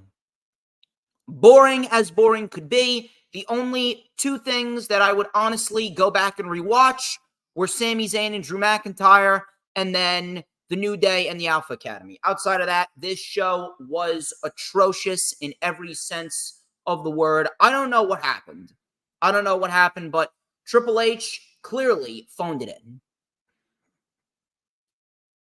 I'll tell you who didn't phone it in. Tony Khan did not phone it in, because Dynamite this week was a very, very good show. Really good show, if we're going to be quite honest with you. We had a lot of great wrestling, a lot of great story, and a lot of good things to look forward to. We have a lot of things going forth into AEW Full Gear, and it's going to be one hell of a pay-per-view to say the least. And we actually have a new pay-per-view too. It's called AEW World's End on December 30th. I don't really know why that they're doing a pay-per-view then. I would have done it at the beginning of January, but that's just me. I wouldn't have called it World's End. I would have called it something else. I would have probably have done a Fighter Fest or a Fight for the Fallen, and I would have made that a pay-per-view. But that's just me. So we had MJF. He had a run-in with Roderick Strong and the Kingdom. He actually shoved Strong away in a wheelchair. MJF then said to Juice Robinson, "I have a bullet with your name on it, and I'm not going to miss." All of a sudden, the man in the devil mask came up on the screen before the screen went to black. So they're obviously teasing this devil masked man. Who's it going to be? I'm sure that we'll find out going into the coming months, probably after Full Gear. Juice Robinson and MJF. This was for the Dynamite Diamond Ring, and we got ourselves one very fun match to kick off the show. Crowd was hot for MJF. He went right after Juice. Juice was sent into the post. Juice was busted open. Juice took over with a DDT on the ring apron. Coming back from commercial, Max mounted a comeback, and we had MJF with rapid-fire punches. He bit Juice Robinson in the forehead. Kangaroo kick and a kip up. The Guns then tripped up MJF behind the referee's back.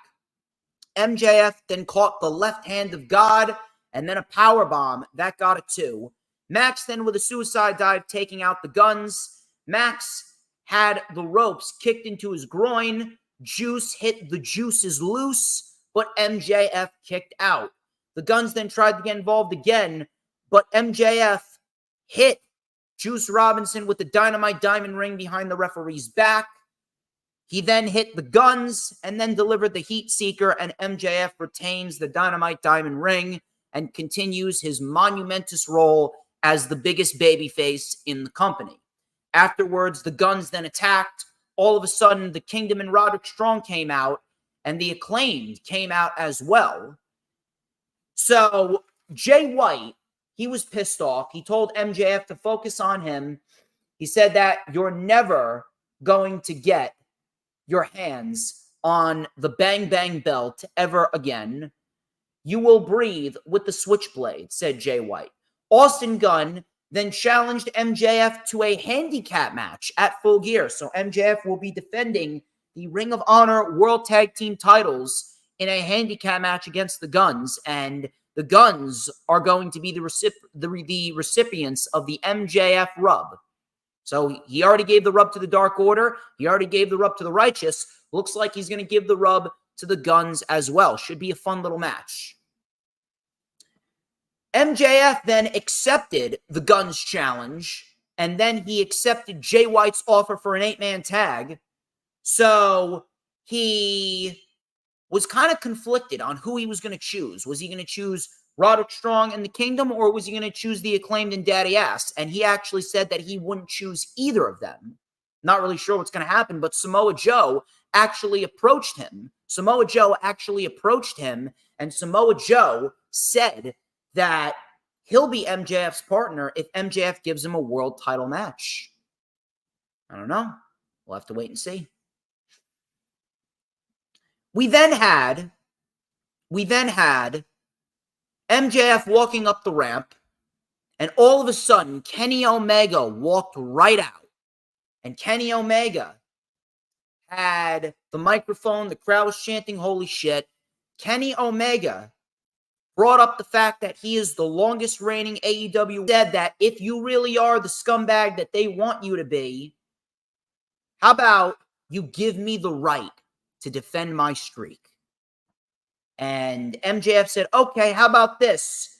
The Cleaner versus the Devil this Saturday night for the AEW World Championship. May the best man win, and he will, because my name is Maxwell Jacob Friedman, and I'm better than you. And then he put the microphone up to the crowd, and they said, and you know it. Omega then shook MJF's hand and then said into his ear, 3 days, bitch. Brilliant. Brilliant. Absolutely brilliant. And this was perhaps one of, if not, the hottest open to an AEW Dynamite ever. This was brilliant. Everything was tethered together. Everything had a purpose. Everything had meaning. And above all else, everything had story. So for anyone that wants to gargle on the WWE ballsack and say, AEW doesn't have any story, watch the 30 minutes of Dynamite. And if you're going to tell me that they have no story, I'm going to need you to take a hike and find a new hobby, because you don't know jack about wrestling. If you ain't saying what I'm saying, you don't know jack. This was an excellent open, one of the hottest opens to AEW Dynamite ever. And tonight on Collision, MJF and Kenny Omega, if you guys have TNT, I would highly encourage you watch Collision tonight, because MJF and Kenny Omega, they are going to absolutely kill it. They're going to kill it. Hot open, hot 30 minutes. And on top of that, there's a lot more. There's even more story with MJF, because Wardlow, he had a promo package. He had a video package saying that he was sitting at home with nothing but his thoughts, and he was watching MJF become one of the biggest stars in the business after all of the bad things that he did. And after MJF took everything from him, he will now take everything from MJF. Love it. Simple. It's simple. It is so simple.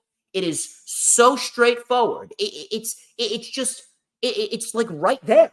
It's so perfect to tell.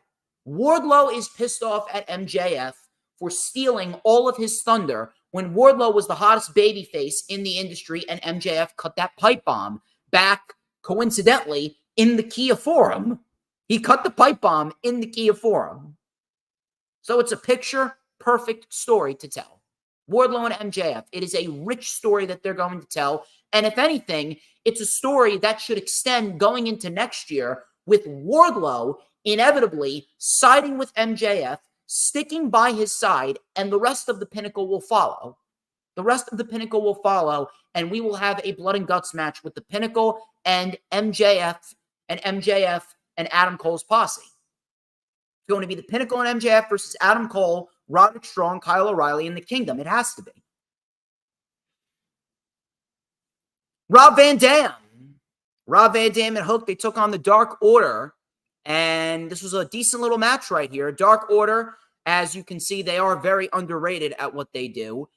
Hook with an exploder suplex to John Silver. We had a spinning leg drop to the back. Savate kick by Rob Van Dam on Reynolds. It's amazing how Rob Van Dam is so good, even at his age. In the end, RVD with the 5-star frog splash on Reynolds. Hook with the red rum on Silver, and Silver ended up tapping out. Pretty decent little match right here, not going to lie. Pretty decent little match, and in the end, Hook is developing himself a nice little relationship with Rob Van Dam. I would not mind if RVD gets a short little deal. Imagine the matches that RVD could have with the bigger names. Imagine the matches with Daniel Garcia and Darby Allin and Hangman Page and Swerve Strickland and Kenny Omega. Imagine that. It doesn't even have to be a 3-year deal. Just give him like a 6-month deal, a short 6-month deal, and just throw out a bunch of dream matches. Simple as that. Tony Schiavone, he interviewed Darby Allin and Sting.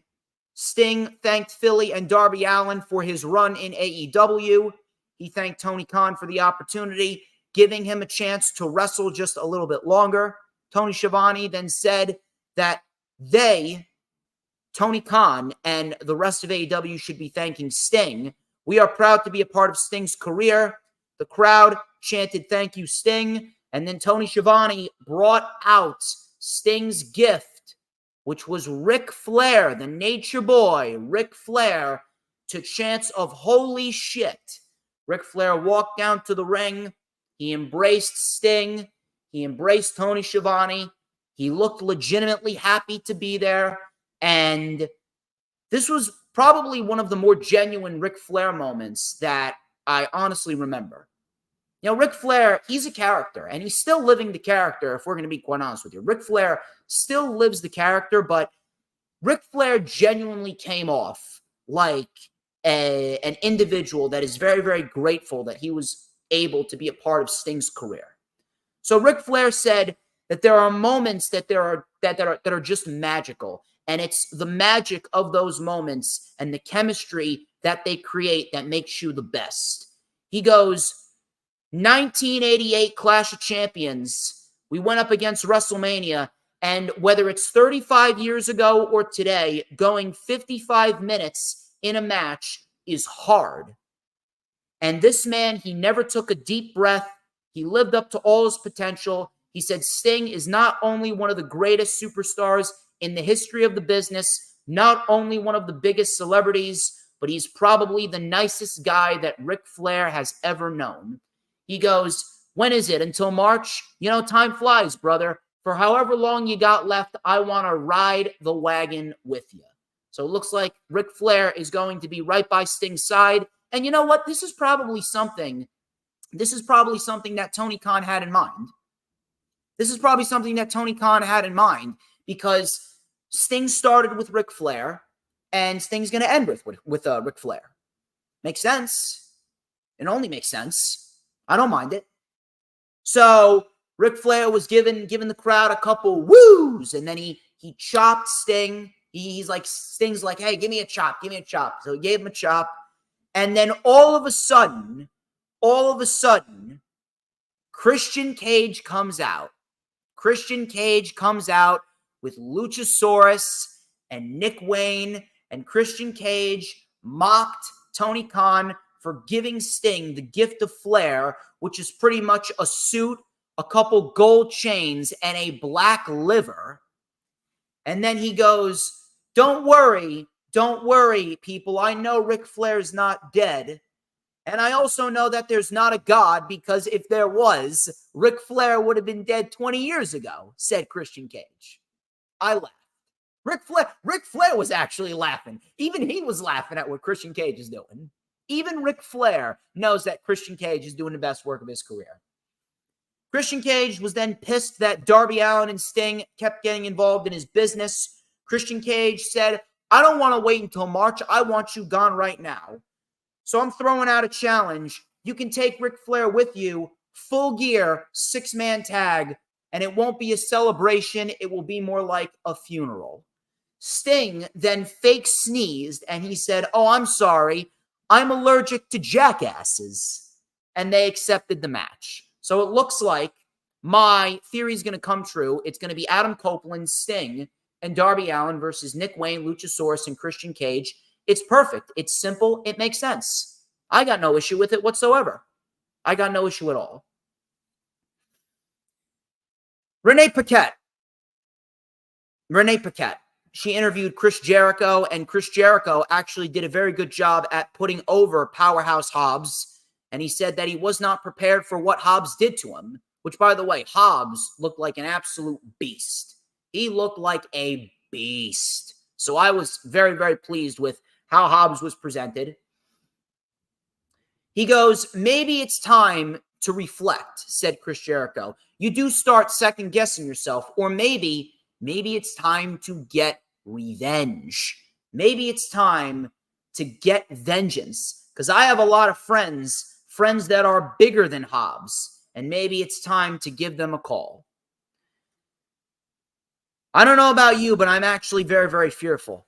I'm fearful that he's going to bring out Paul White. I'm very, very fearful that he's going to bring out Paul White, and we're going to see Paul White versus Powerhouse Hobbs.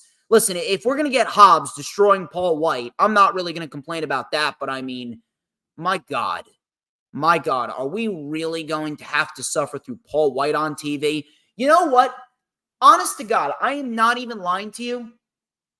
I would much rather, I can't even believe I'm about to say this, I would much rather take Goldberg as Jericho's friend over Paul White. I am not even lying. I would much rather take Goldberg, because at least Goldberg, he can move a little bit better than Paul White. Goldberg can actually move. His problem is he gets winded. The problem with Goldberg is the fact that Goldberg cannot last more than 90 seconds in a match. Paul White, he just can't move. Paul White just can't move. Goldberg can move. Paul White can't move.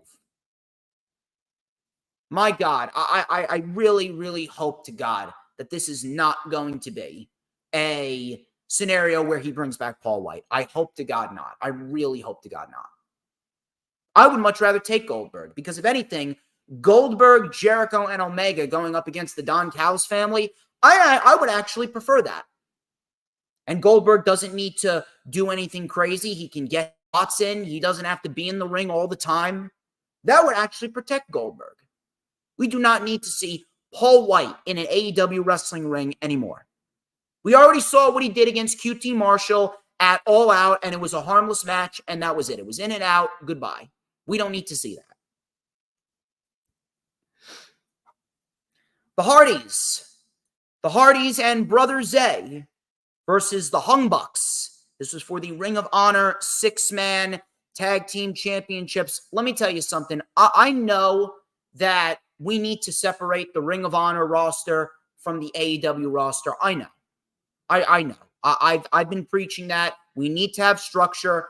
AEW, let me tell you something. I love Tony Khan, but Tony Khan, when it comes to certain aspects of AEW television, he does not have the structure that he should have. The shows need to be a little bit more structured, especially Rampage. But one of those aspects about structure, he needs to get Ring of Honor off of AEW TV. However, I cannot discredit what these 6 men did, because what these 6 men did was actually very good. Ring of Honor needs to be on Ring of Honor. Do the rosters need to be separate? Absolutely. But this was a very good match, and I can't really complain about that. I'm not really sure what they're doing with the Hardys, but The Hardys, they seem to be in this phase where all they're doing is putting over other talent. I can't even believe I'm about to say this, but Brother Zay, I don't know what it is, but it seems as though Brother Zay is almost being held back. I understand that he probably wants to be paired with the Hardys, and he's just having a fun time. He's young. He's got all the time in the world to grow. But Brother Zay, I think that he's got a really bright future ahead of himself, along with Mark Quinn. I really wish that Mark Quinn would come back. He's been out for a year. It's been a very, very, very bad knee injury. Jeff Hardy was actually moving better than Matt Hardy in this match. I can't even believe I'm saying that either. But overall, the match itself was very good. And I couldn't really complain. So, Matt Hardy and Matt Jackson, they mixed it up a bit. We had a side effect for a 2. Brother Zay then came in with a spinning tornillo over the top. Coming back from commercial, Matt Jackson was isolated. We had a double Northern Lights on Zay. And then Matt Hardy tagged in Paige. Paige then lit up everyone. We had a fallaway slam on Brother Zay. Pescado on Matt Hardy. Death Valley Driver on Zay. Jeff Hardy then caught a super kick by Nick Jackson. Matt gave one for Brother Zay. Super kick by Zay onto Nick.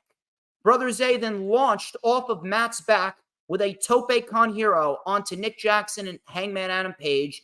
We had a twist of fate and a swanton bomb combo, which looked very nice, and Nick Jackson saved the match. We had a buckshot lariat on Brother Zay, super kicks for the Hardys, BTE trigger, and the Elite retain in what was a very good match for the 10 minutes that it went. However, this was actually not the best part of the segment. The best part of the segment was Prince Nana and Swerve Strickland were on the Titantron, and there was no theme song, no Swerve When I Drive. There was no swerving while you're driving on this show. It was all business. All business. So Swerve and Prince Nana were actually outside of Hangman Adam Page's home. Outside of Hangman Adam Page's home, they infiltrated his home. Swerve took a drawing from Hangman's child off of the fridge, ripped it in half, and then this guy, this is how great Swerve is. Swerve went into the room of Hangman Adam Page's son, and he sat right by his crib. Now, you didn't actually see his son, but you could pretty much get what they were doing. So, Hangman Adam Page running up the ramp. He's looking to leave the arena. Swerve Strickland said that you know who pays for your actions, Hangman? Your loved ones do. So Hangman said, Hangman was all the way up the ramp, and he was looking to leave the building. Swerve then said, you know, Page, you owe me a debt, but you're not here. So will Hangman Jr. owe me that debt? You know what you're going to do? You're going to take this shirt. And Swerve gave Hangman's son a Mogul Embassy t-shirt to let him know that you are going to be indebted to me forever, and it is all your father's fault. I mean, Swerve Strickland, the man is amazing. The man can do no wrong. Swerve Strickland right now is at a point in his career where he is absolutely untouchable as a character. As a character, Swerve Strickland has exceeded any and all expectations. He is so goddamn good, it is not even funny. And you know what? Now, I'm even more excited to see the match between Swerve and Hangman Adam Page at Full Gear, Part 2. I'm more excited to see that match than I was to see the first match. This is easily the second best thing on AEW Dynamite outside of whatever MJF is doing and the story that they got going on with MJF. Hikaru Shida, she took on Ruby Soho for the AEW Women's World Championship. This was actually a match that I was looking forward to, and it disappointed. I have no idea what happened, but the match itself just did not click. I'm not sure what it was, whether it was just an off night, whether it was injuries, whether it was poor match card placement, whether it was just the lack of chemistry. I don't know what happened, but These two just did not gel well together. I thought that we were going to get a very, very high-quality women's championship match. I thought that Hikaru Shida and Ruby Soho were going to go out there and tear the house down. It was the exact opposite. The crowd was half dead for this match. And then on top of that, it honest to God looked like they didn't know what they wanted to do. I was watching the match. I'm like, do they even know what their next move is? Too many shenanigans, too much tomfoolery. It just did not resonate well. And that was very disappointing. This was probably the first bad Hikaru Shida match that we've seen probably since her match with Big Swole back during the pandemic era of AEW Dynamite. And I don't even believe that I'm saying that. This was just not good. This was just not good whatsoever. Very, very, very amateur-like, if I'm going to be real. And based on what happened afterwards with Toni Storm coming out, saying that she's going to be challenging for the women's title at Full Gear, I mean, it's almost like they don't even know what they want to do with the women's championship. If anything, probably giving the title back to Toni Storm would be the best decision to make, because Toni Storm right now is one of the hottest acts in that women's division. And she is, without a doubt, the best character in the women's division. So you may as well just put the title right back on her. Not a good match. Not a good match at all. Just did not click. Very off and very lackluster. It was actually embarrassing for the both of them, and I feel bad for them. Very, very lackluster match. Probably the biggest negative on the show. And then in the main event, we had a great tag team match between Orange Cassidy and Kazuchika Okada. They took on the Blackpool Combat Club's Bryan Danielson and Claudio Castagnoli. And again, more people just trying to crap all over AEW for no reason. Well, why are we getting a random Kazuchika Okada match? Why are we getting the Kazuchika Okada Tony Khan dream match specialty? You know, these mentally inept inbreds trying to claim like there's no story behind this. If you actually paid attention, you would know that there is story behind it, because the Best Friends in Orange Cassidy, they're a part of Chaos, which is Kazuchika Okada's faction. They're a part of Chaos. Orange Cassidy and the Best Friends have been tied up with the Blackpool Combat Club since August. And if you remember, Kazuchika Okada and Bryan Danielson have a history, because Bryan Danielson tapped out Kazuchika Okada while Kazuchika Okada was the one that broke Bryan Danielson's arm. So if you're going to try and tell me that this has no story, I'm going to need you to go and take your ass elsewhere, because you and your stupidity are not welcome here. This was a great match. And in the end, this actually came as a shock, because Claudio ended up pinning the international champion. Claudio, with a pop-up uppercut, pins Orange Cassidy, and we got ourselves an international championship match next week between Orange Cassidy and Claudio Castagnoli. And then afterwards was kind of awkward. I'm not sure what happened here, but it looked like they were trying to struggle to do something. I'm not sure if Kazuchika Okada was mocking Bryan Danielson or whatever. But either way, I'm guessing that this was to create more tension between the Blackpool Combat Club and Chaos, or the Best Friends, or whatever you want to call it. But in the end of it all, I do believe that this is leading towards Jon Moxley versus Orange Cassidy, part number 2 at Full Gear. And that is when Orange Cassidy will finally get his major win over Jon Moxley. And that was Dynamite. That was Dynamite. Very good show. Very, very, very good show. Easily the best show of the week. SmackDown. I wish I could say the same thing. I don't want to say that SmackDown was a horrible show. I really don't, but I don't know what it is, but SmackDown right now, SmackDown just has absolutely no energy whatsoever. It, honest to God, does not have any energy at all. And if I'm going to be quite honest with you, WWE TV, over the course of this last week, it doesn't have any energy at all. The majority of WWE TV does not have any intrigue. It's like they're going back to relying on their pay-per-views and their pay-per-views only. I don't know what the problem was, but everything with WWE, it's just so formulaic. It's way too predictable, and it's nothing more than the same cast of characters in the same exact matches and the same exact programs on a week-to-week basis. People want to say, oh, you see, WWE is so good at telling stories. Want to say that, oh, WWE, they got the intrigue. They got the storytelling. See, WWE TV, they are number one in the industry right now.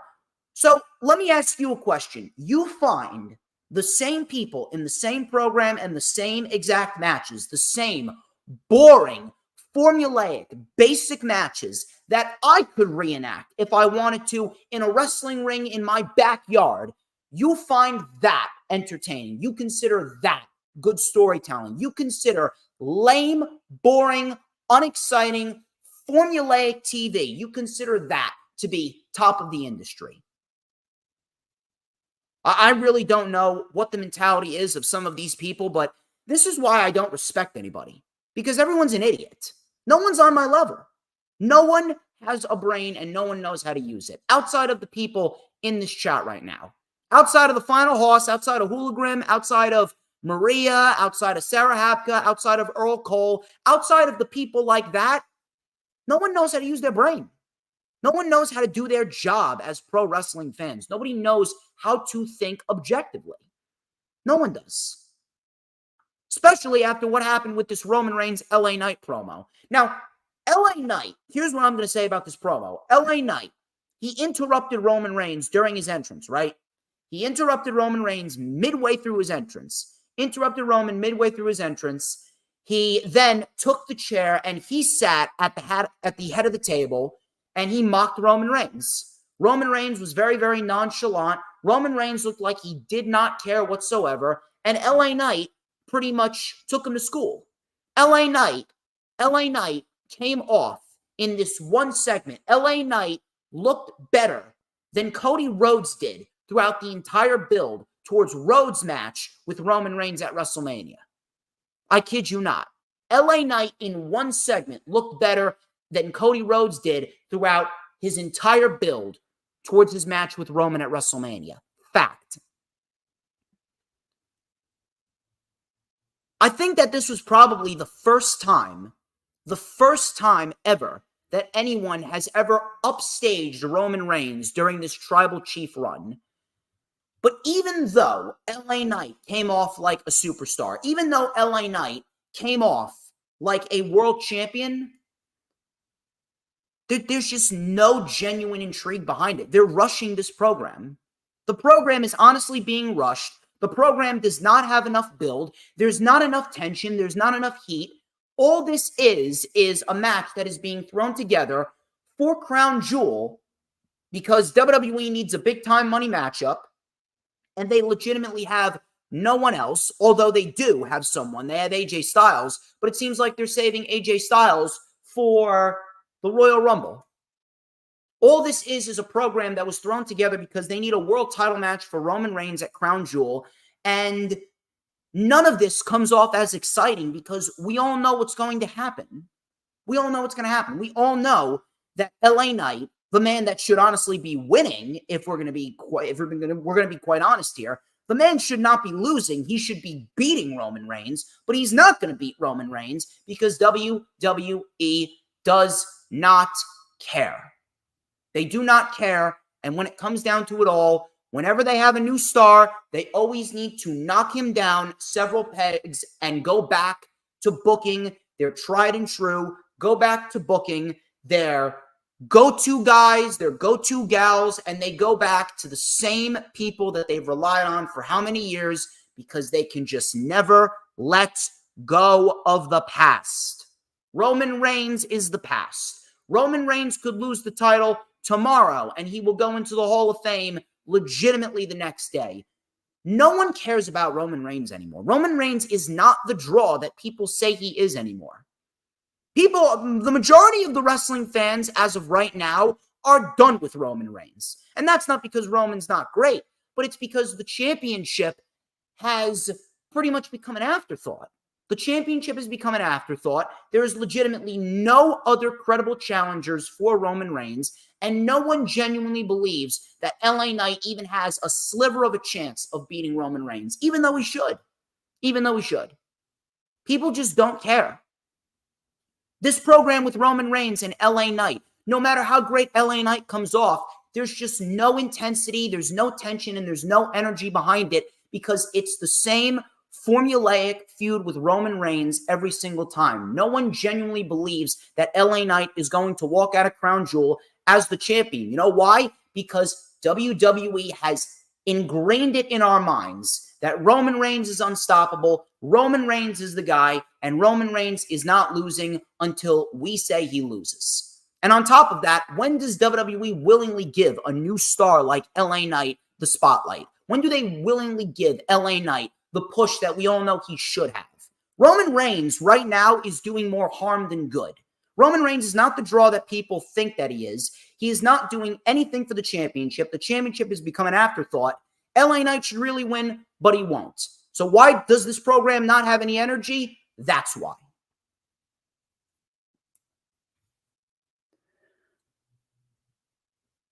So LA Knight ended up getting a match with Jimmy Uso later on in the show because Jimmy Uso came out. Roman Reigns actually attacked LA Knight. And they had LA Knight put Jimmy Uso through a table leading up to the match later on in the show. Carlito Caribbean Cool, and Santos Escobar, they took on the Street Profits. Street Profits got new theme music. They got a new look. They look great. Match wasn't bad. It was a decent match. But again, a typical WWE thing. They had Logan Paul attack Rey Mysterio in the back. They played it on the Titantron. And Santos Escobar, like a moron, tells Carlito to go and help Rey Mysterio. And he goes at it alone. And he loses. How many times do we need to see the same match every week? Some iteration, some form of the LWO versus the Street Profits and Bobby Lashley. Rey Mysterio versus Bobby Lashley. Carlito and Santos versus the Profits. Montez Ford versus Carlito. It's the same thing over and over and over and over again. It's lame.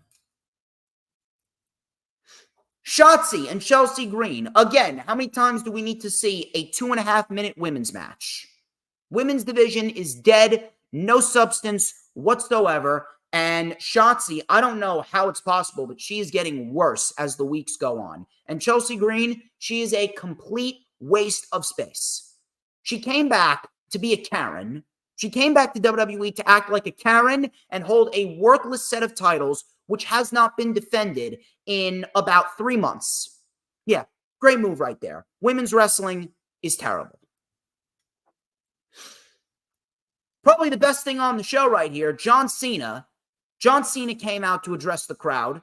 He hyped up the crowd as per usual, and he talked about his match with Solo.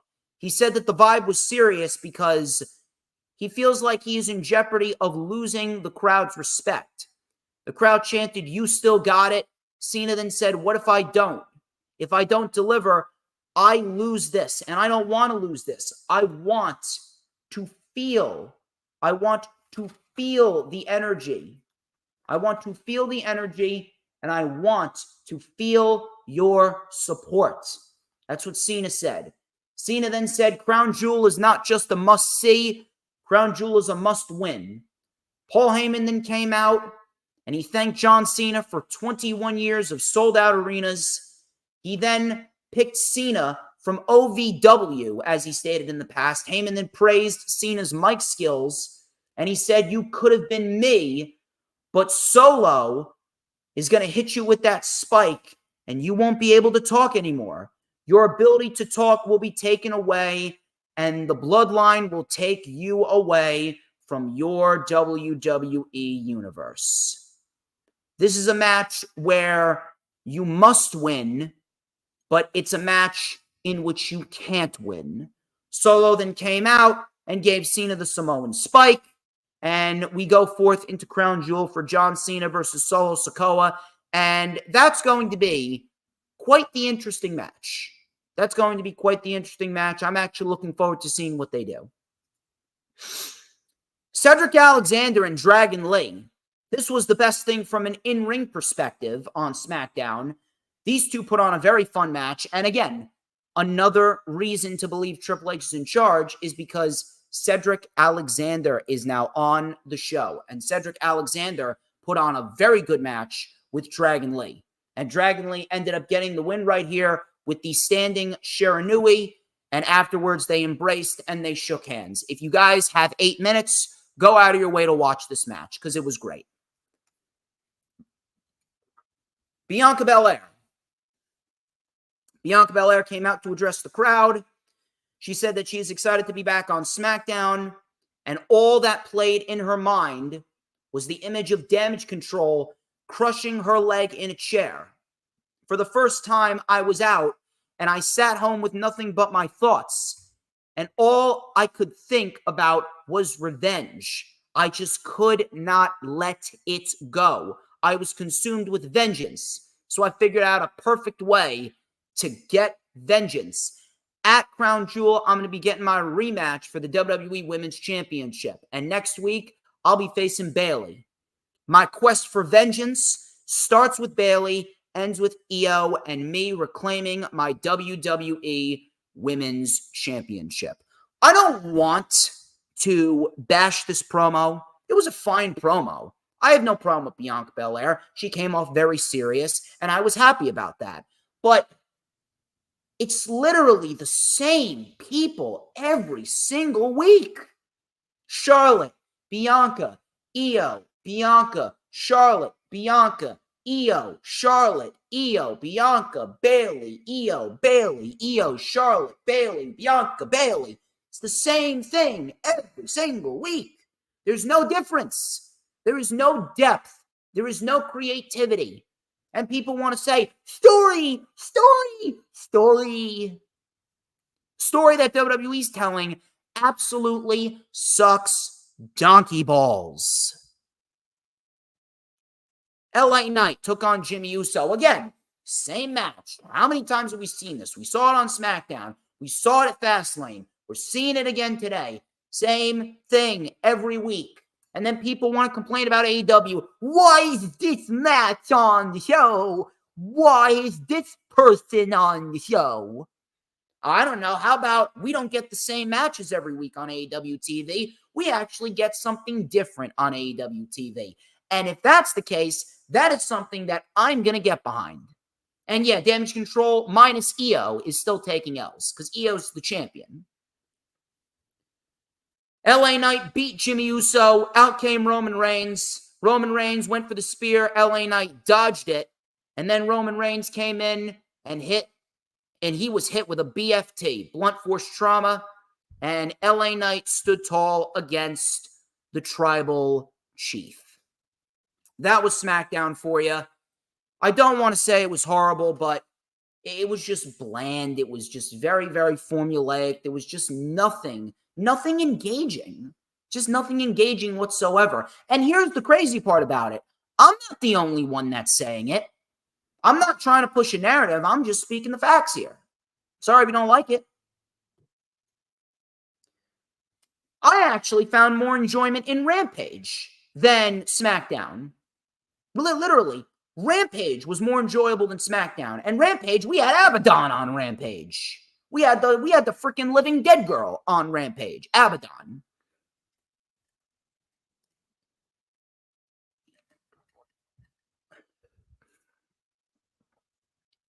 Rampage. The two best things on the show happened at the beginning and the end. Rampage had two very good matches. We had Mike Santana and Ortiz, Falls Count Anywhere match. And I was actually very, very happy that they gave Mike Santana and Ortiz the opportunity on Rampage to do what they do. And Mike Santana and Ortiz actually delivered a very good match. I would have actually had them go another 6-7 more minutes. They were actually putting on a really good showing. I'm not sure why they only gave them 12 minutes, but for the 12 minutes that it went, it was a very good match. And the story that they told, very, very good. Very, very good. So Ortiz, he came out of the gate hot with a super suicide dive into a cannonball senton, which looked crazy, looked legitimately crazy. Then all of a sudden, we had Ortiz with a trash can, and he just beat Santana with the trash can. He then brought out a bed of chairs, and he whacked Santana with the chairs and the kendo sticks. He then even brought out a table. So Santana, with a beautiful acai moonsault to the floor. We then had Ortiz. He powerbombed Santana onto the table, and Santana looked like he landed hard, and it bent. The table bent, but it didn't bend as much as you would like to. So Santana actually caught a lot of table on the back of his head. Back into the ring, we had both men brawling on the apron, and Mike Santana with a suplex off of the apron onto Ortiz, onto the bed of chairs. Coming back from commercial, the crowd was chanting, "This is awesome." We then had both men trading blows, one after the other, after the other, after the other. Boom, boom, boom, boom. Then we had a snap German by Ortiz. Santana got right back up. And then we had a snap German by Santana on Ortiz. Double clothesline, both men are down. Santana, and this is probably one of my favorite moves from Santana. Santana with a backwards roll into a cutter, which looked very, very nice. And Ortiz kicked out. Ortiz then with a power slam, that got a 2. And then he delivered a very nice brain buster. Santana kicked out. Very nice sequence right there. Both men slapped each other. Santana then with a discus lariat, cannonball in the corner, and then a torture rack into a power bomb. And Mike Santana wins the match clean. 1, 2, 3. And I would not have this end here. If you're asking me, I would continue it going into Full Gear. Even if it's on the pre-show,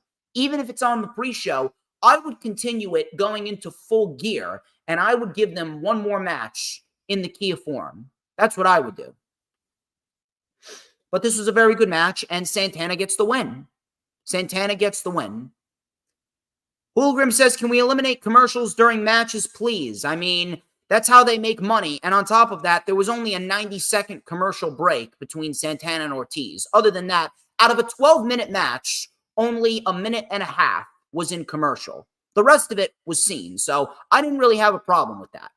It was a very good match. Could have gone another 7 minutes, but it was a very good match. And again, I would not have this end here. I would continue this going into Full Gear.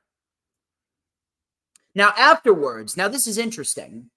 Afterwards, Sanjay Dutt came out and he was trying to talk to Ortiz.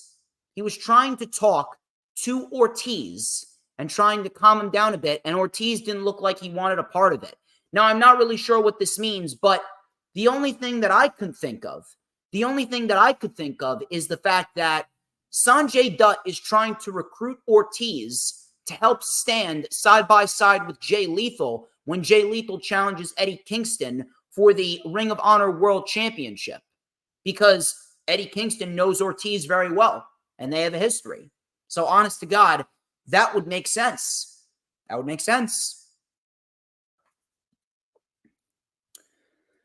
MJF and Kenny Omega, they had a very nice promo package. This was to hype up their match against each other tonight on Collision. So MJF had a promo package where he ran down his accomplishments this year. He talked about Omega's superstar status and how he needs to beat Omega to be considered the best. Omega's peers, like Excalibur and Nigel McGuinness, they had a chance to speak. They called Max special, and then in came Omega. Omega, he talked for a little bit, and he talked about how it is his responsibility to protect his streak. Now, this is where things actually started getting interesting. Jay White interrupted Kenny Omega. Setting up a potential feud with them down the line. And then Don Callis interrupted MJF. And Don Callis was trying to recruit MJF to the Don Callis family. Obviously, MJF declined, but This was a very good promo package. And this is exactly what Rampage should be used for. This is exactly what Rampage should be used for. Rampage should be used to build up programs. It should be an extension of Dynamite, and it should be used to help enhance feuds and matches. And that's exactly what this promo package did. And I'm glad that they put this promo package on Rampage. We need more of that. The next segment, I really don't understand why the next segment was even on the show. I didn't mind. I didn't mind what happened in the end, but the next segment, I really don't understand why it needed to be this. Kip Sabian and Penelope Ford, they had a little promo. Kip Sabian was pretty much just bashing all of Philadelphia's sports teams, which, by the way, they deserve it because Philly sports teams are trash. So Kip Sabian was actually sounding like a bum, if I'm going to be quite honest with you. I don't really understand why. If anything, I would just have Kip Sabian come out for a match on Collision, and then we could have gotten what we have gotten. But based on what happened, I think Hologram is going to be very, very happy about this. So Kip Sabian was cutting the promo. He was kind of sounding like an awkward bum. And then all of a sudden you hear, "Reach for the sky, boy."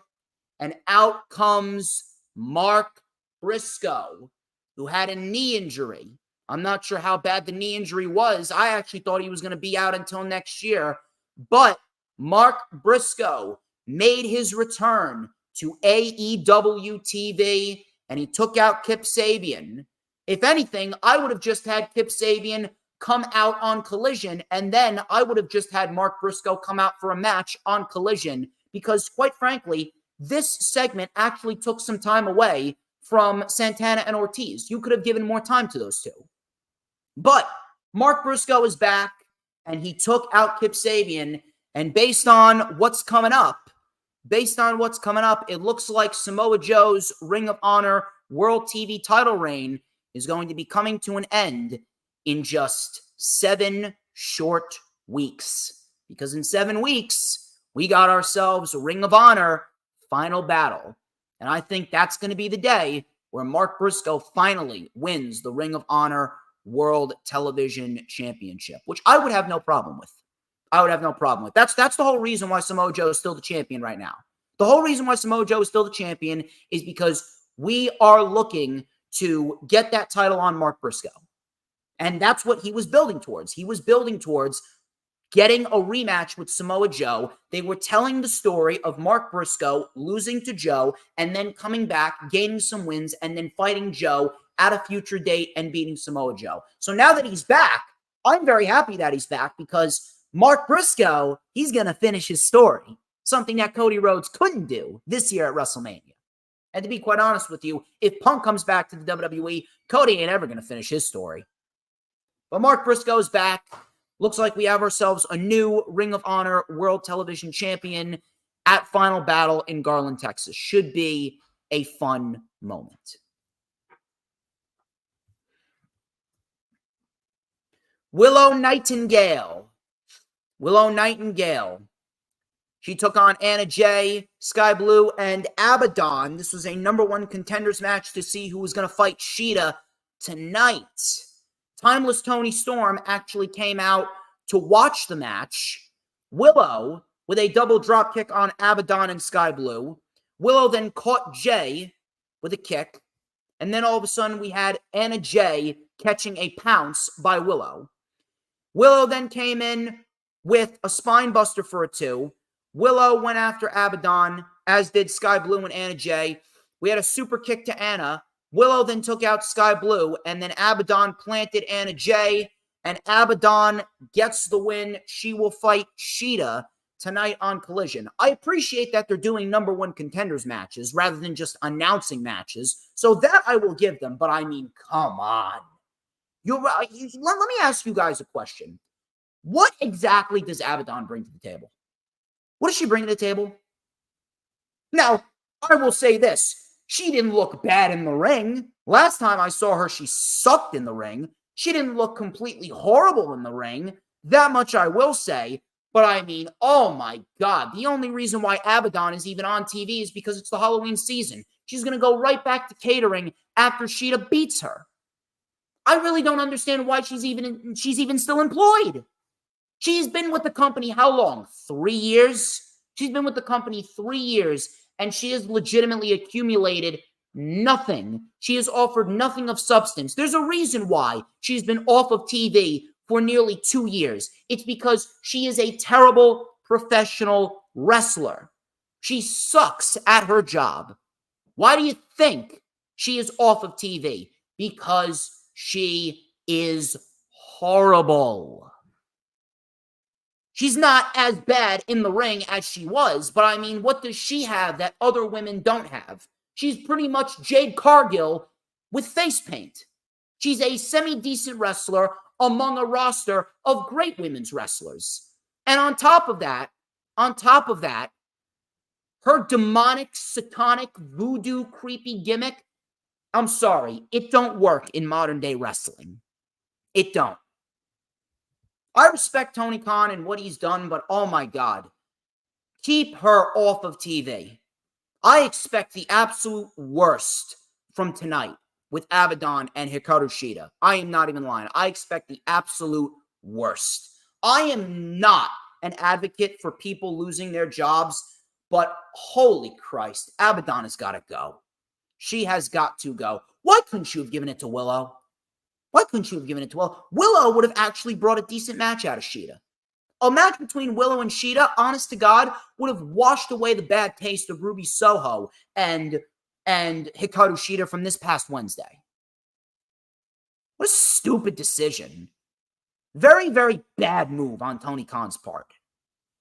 When he screws up, he screws up. And for anyone that wants to call me an AEW shill, I'm fair in what I say. AEW may have the better product right now, but when Tony Khan screws up, he screws up. This was a screw up. Get rid of Abaddon. Her ceiling is the indies. She is not meant for mainstream television.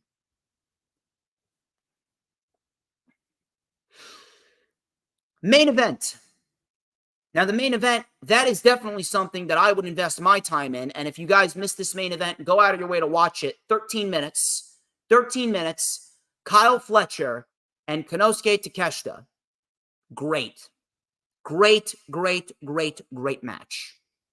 Two young, up-and-coming talents that are just unbelievably good at a young age. So, we had a really nice back and forth. Blue Thunder Bomb by Takeshita for a 2. Coming back from commercial, Takeshita with a V-trigger. Fletcher with an enziguri. Big tope suicida and a cross body for a 2 by Fletcher. Fletcher then with a half and half. Takeshita caught Fletcher with a poison rana. No way to make that move look safe. Takeshita then with an unbelievable lariat and a brainbuster. Awesome stuff. Takeshita then with an avalanche cradle tombstone pile driver. I actually thought that was it. Avalanche cradle tombstone. Kyle Fletcher kicked out. Takeshita, I don't know how he did this, but it was a seamless transition. A beautiful, beautiful transition into a fantastic wheelbarrow German suplex. And after the wheelbarrow German suplex, Kyle Fletcher popped right up, hit Takeshita with a super kick, Takeshita with a knee, and then an exposed V-trigger right to the face. Konosuke Takeshita gets the win, and Konosuke Takeshita continues his winning ways. He has looked fantastic since joining up with Don Callis. Afterwards, Kyle Fletcher took a chair, and he hit Konosuke Takeshita and Will Hobbs, and Don Callis actually stopped Powerhouse Hobbs from going after Kyle Fletcher. He stopped him, and he looked at Kyle Fletcher. He said, whoa, relax. That's what we wanted. Look at the hate. Look at the anger. That is what we were looking for. So you know what? You earned it. Be my apprentice. And it looks like it was confirmed. Kyle Fletcher left with Konosuke Takeshita. And based on that ending, I'm telling you, they got heavy investment in Kyle Fletcher. It is going to be a major, and I mean a major fall season for Kyle Fletcher. And let me tell you something. If Kyle Fletcher is getting this much investment from Don Callis and AEW management, Mark Davis better step up his game when he comes back from injury. Because if Aussie Open is going to be the tag team of the Don Callis family, man, we got a faction full of winners. Maybe we get a blood and guts match. Maybe we get the Don Callis family in a blood and guts match. I wouldn't mind that. But the top two things on Rampage, the beginning and the end, go out and watch the two matches that I just stated. We didn't need the Mark Briscoe segment. I would have debuted or returned Mark Briscoe tonight on Collision, but that's just me. Either way, still a very, very enjoyable 1 hour, much more enjoyable than SmackDown Live. That was it. What happened with Mark Davis that caused him to be out? He broke his wrist. He broke his wrist at Wrestle Dream during the match with FTR. That's what. Ladies and gentlemen, that is all that I got. Thank you very much for stopping by. You guys have been fantastic. Thank you very much to Hooligrim and Maria and Sarah and the Final Hoss and James Punaseca and Didi. You guys are all fantastic. And as per usual, I am absolutely, unbelievably grateful for you guys. I'm very, very, very happy for all of you that you guys chose me to come on and spend your Saturday afternoons with. Good crowd for sure. Hope you all have a wonderful weekend and happy Halloween to all of you as well. Be ready, people, because next Thursday, good friend of mine, Billy Ann Wolf, is coming on the channel, and we are going to be dissecting WWE Crown Jewel. AEW has their Full Gear pay-per-view. Full Gear pay-per-view and the Full Gear rundown, that's going to be run by me and Mr. Earl Cole. So do not, and I mean do not forget to tune into that. And then on top of that, we also got Hooligrim coming to us on November 21st. That's a Tuesday for the rundown for Survivor Series. So we got a lot of rundowns. We got a lot of rewinds. We got plenty, and I mean plenty of good material coming to you guys. So please, please be ready. It is going to be good. Until then, like, comment, and subscribe. And never forget, people, who runs the IWC? Let me take a sip of my water.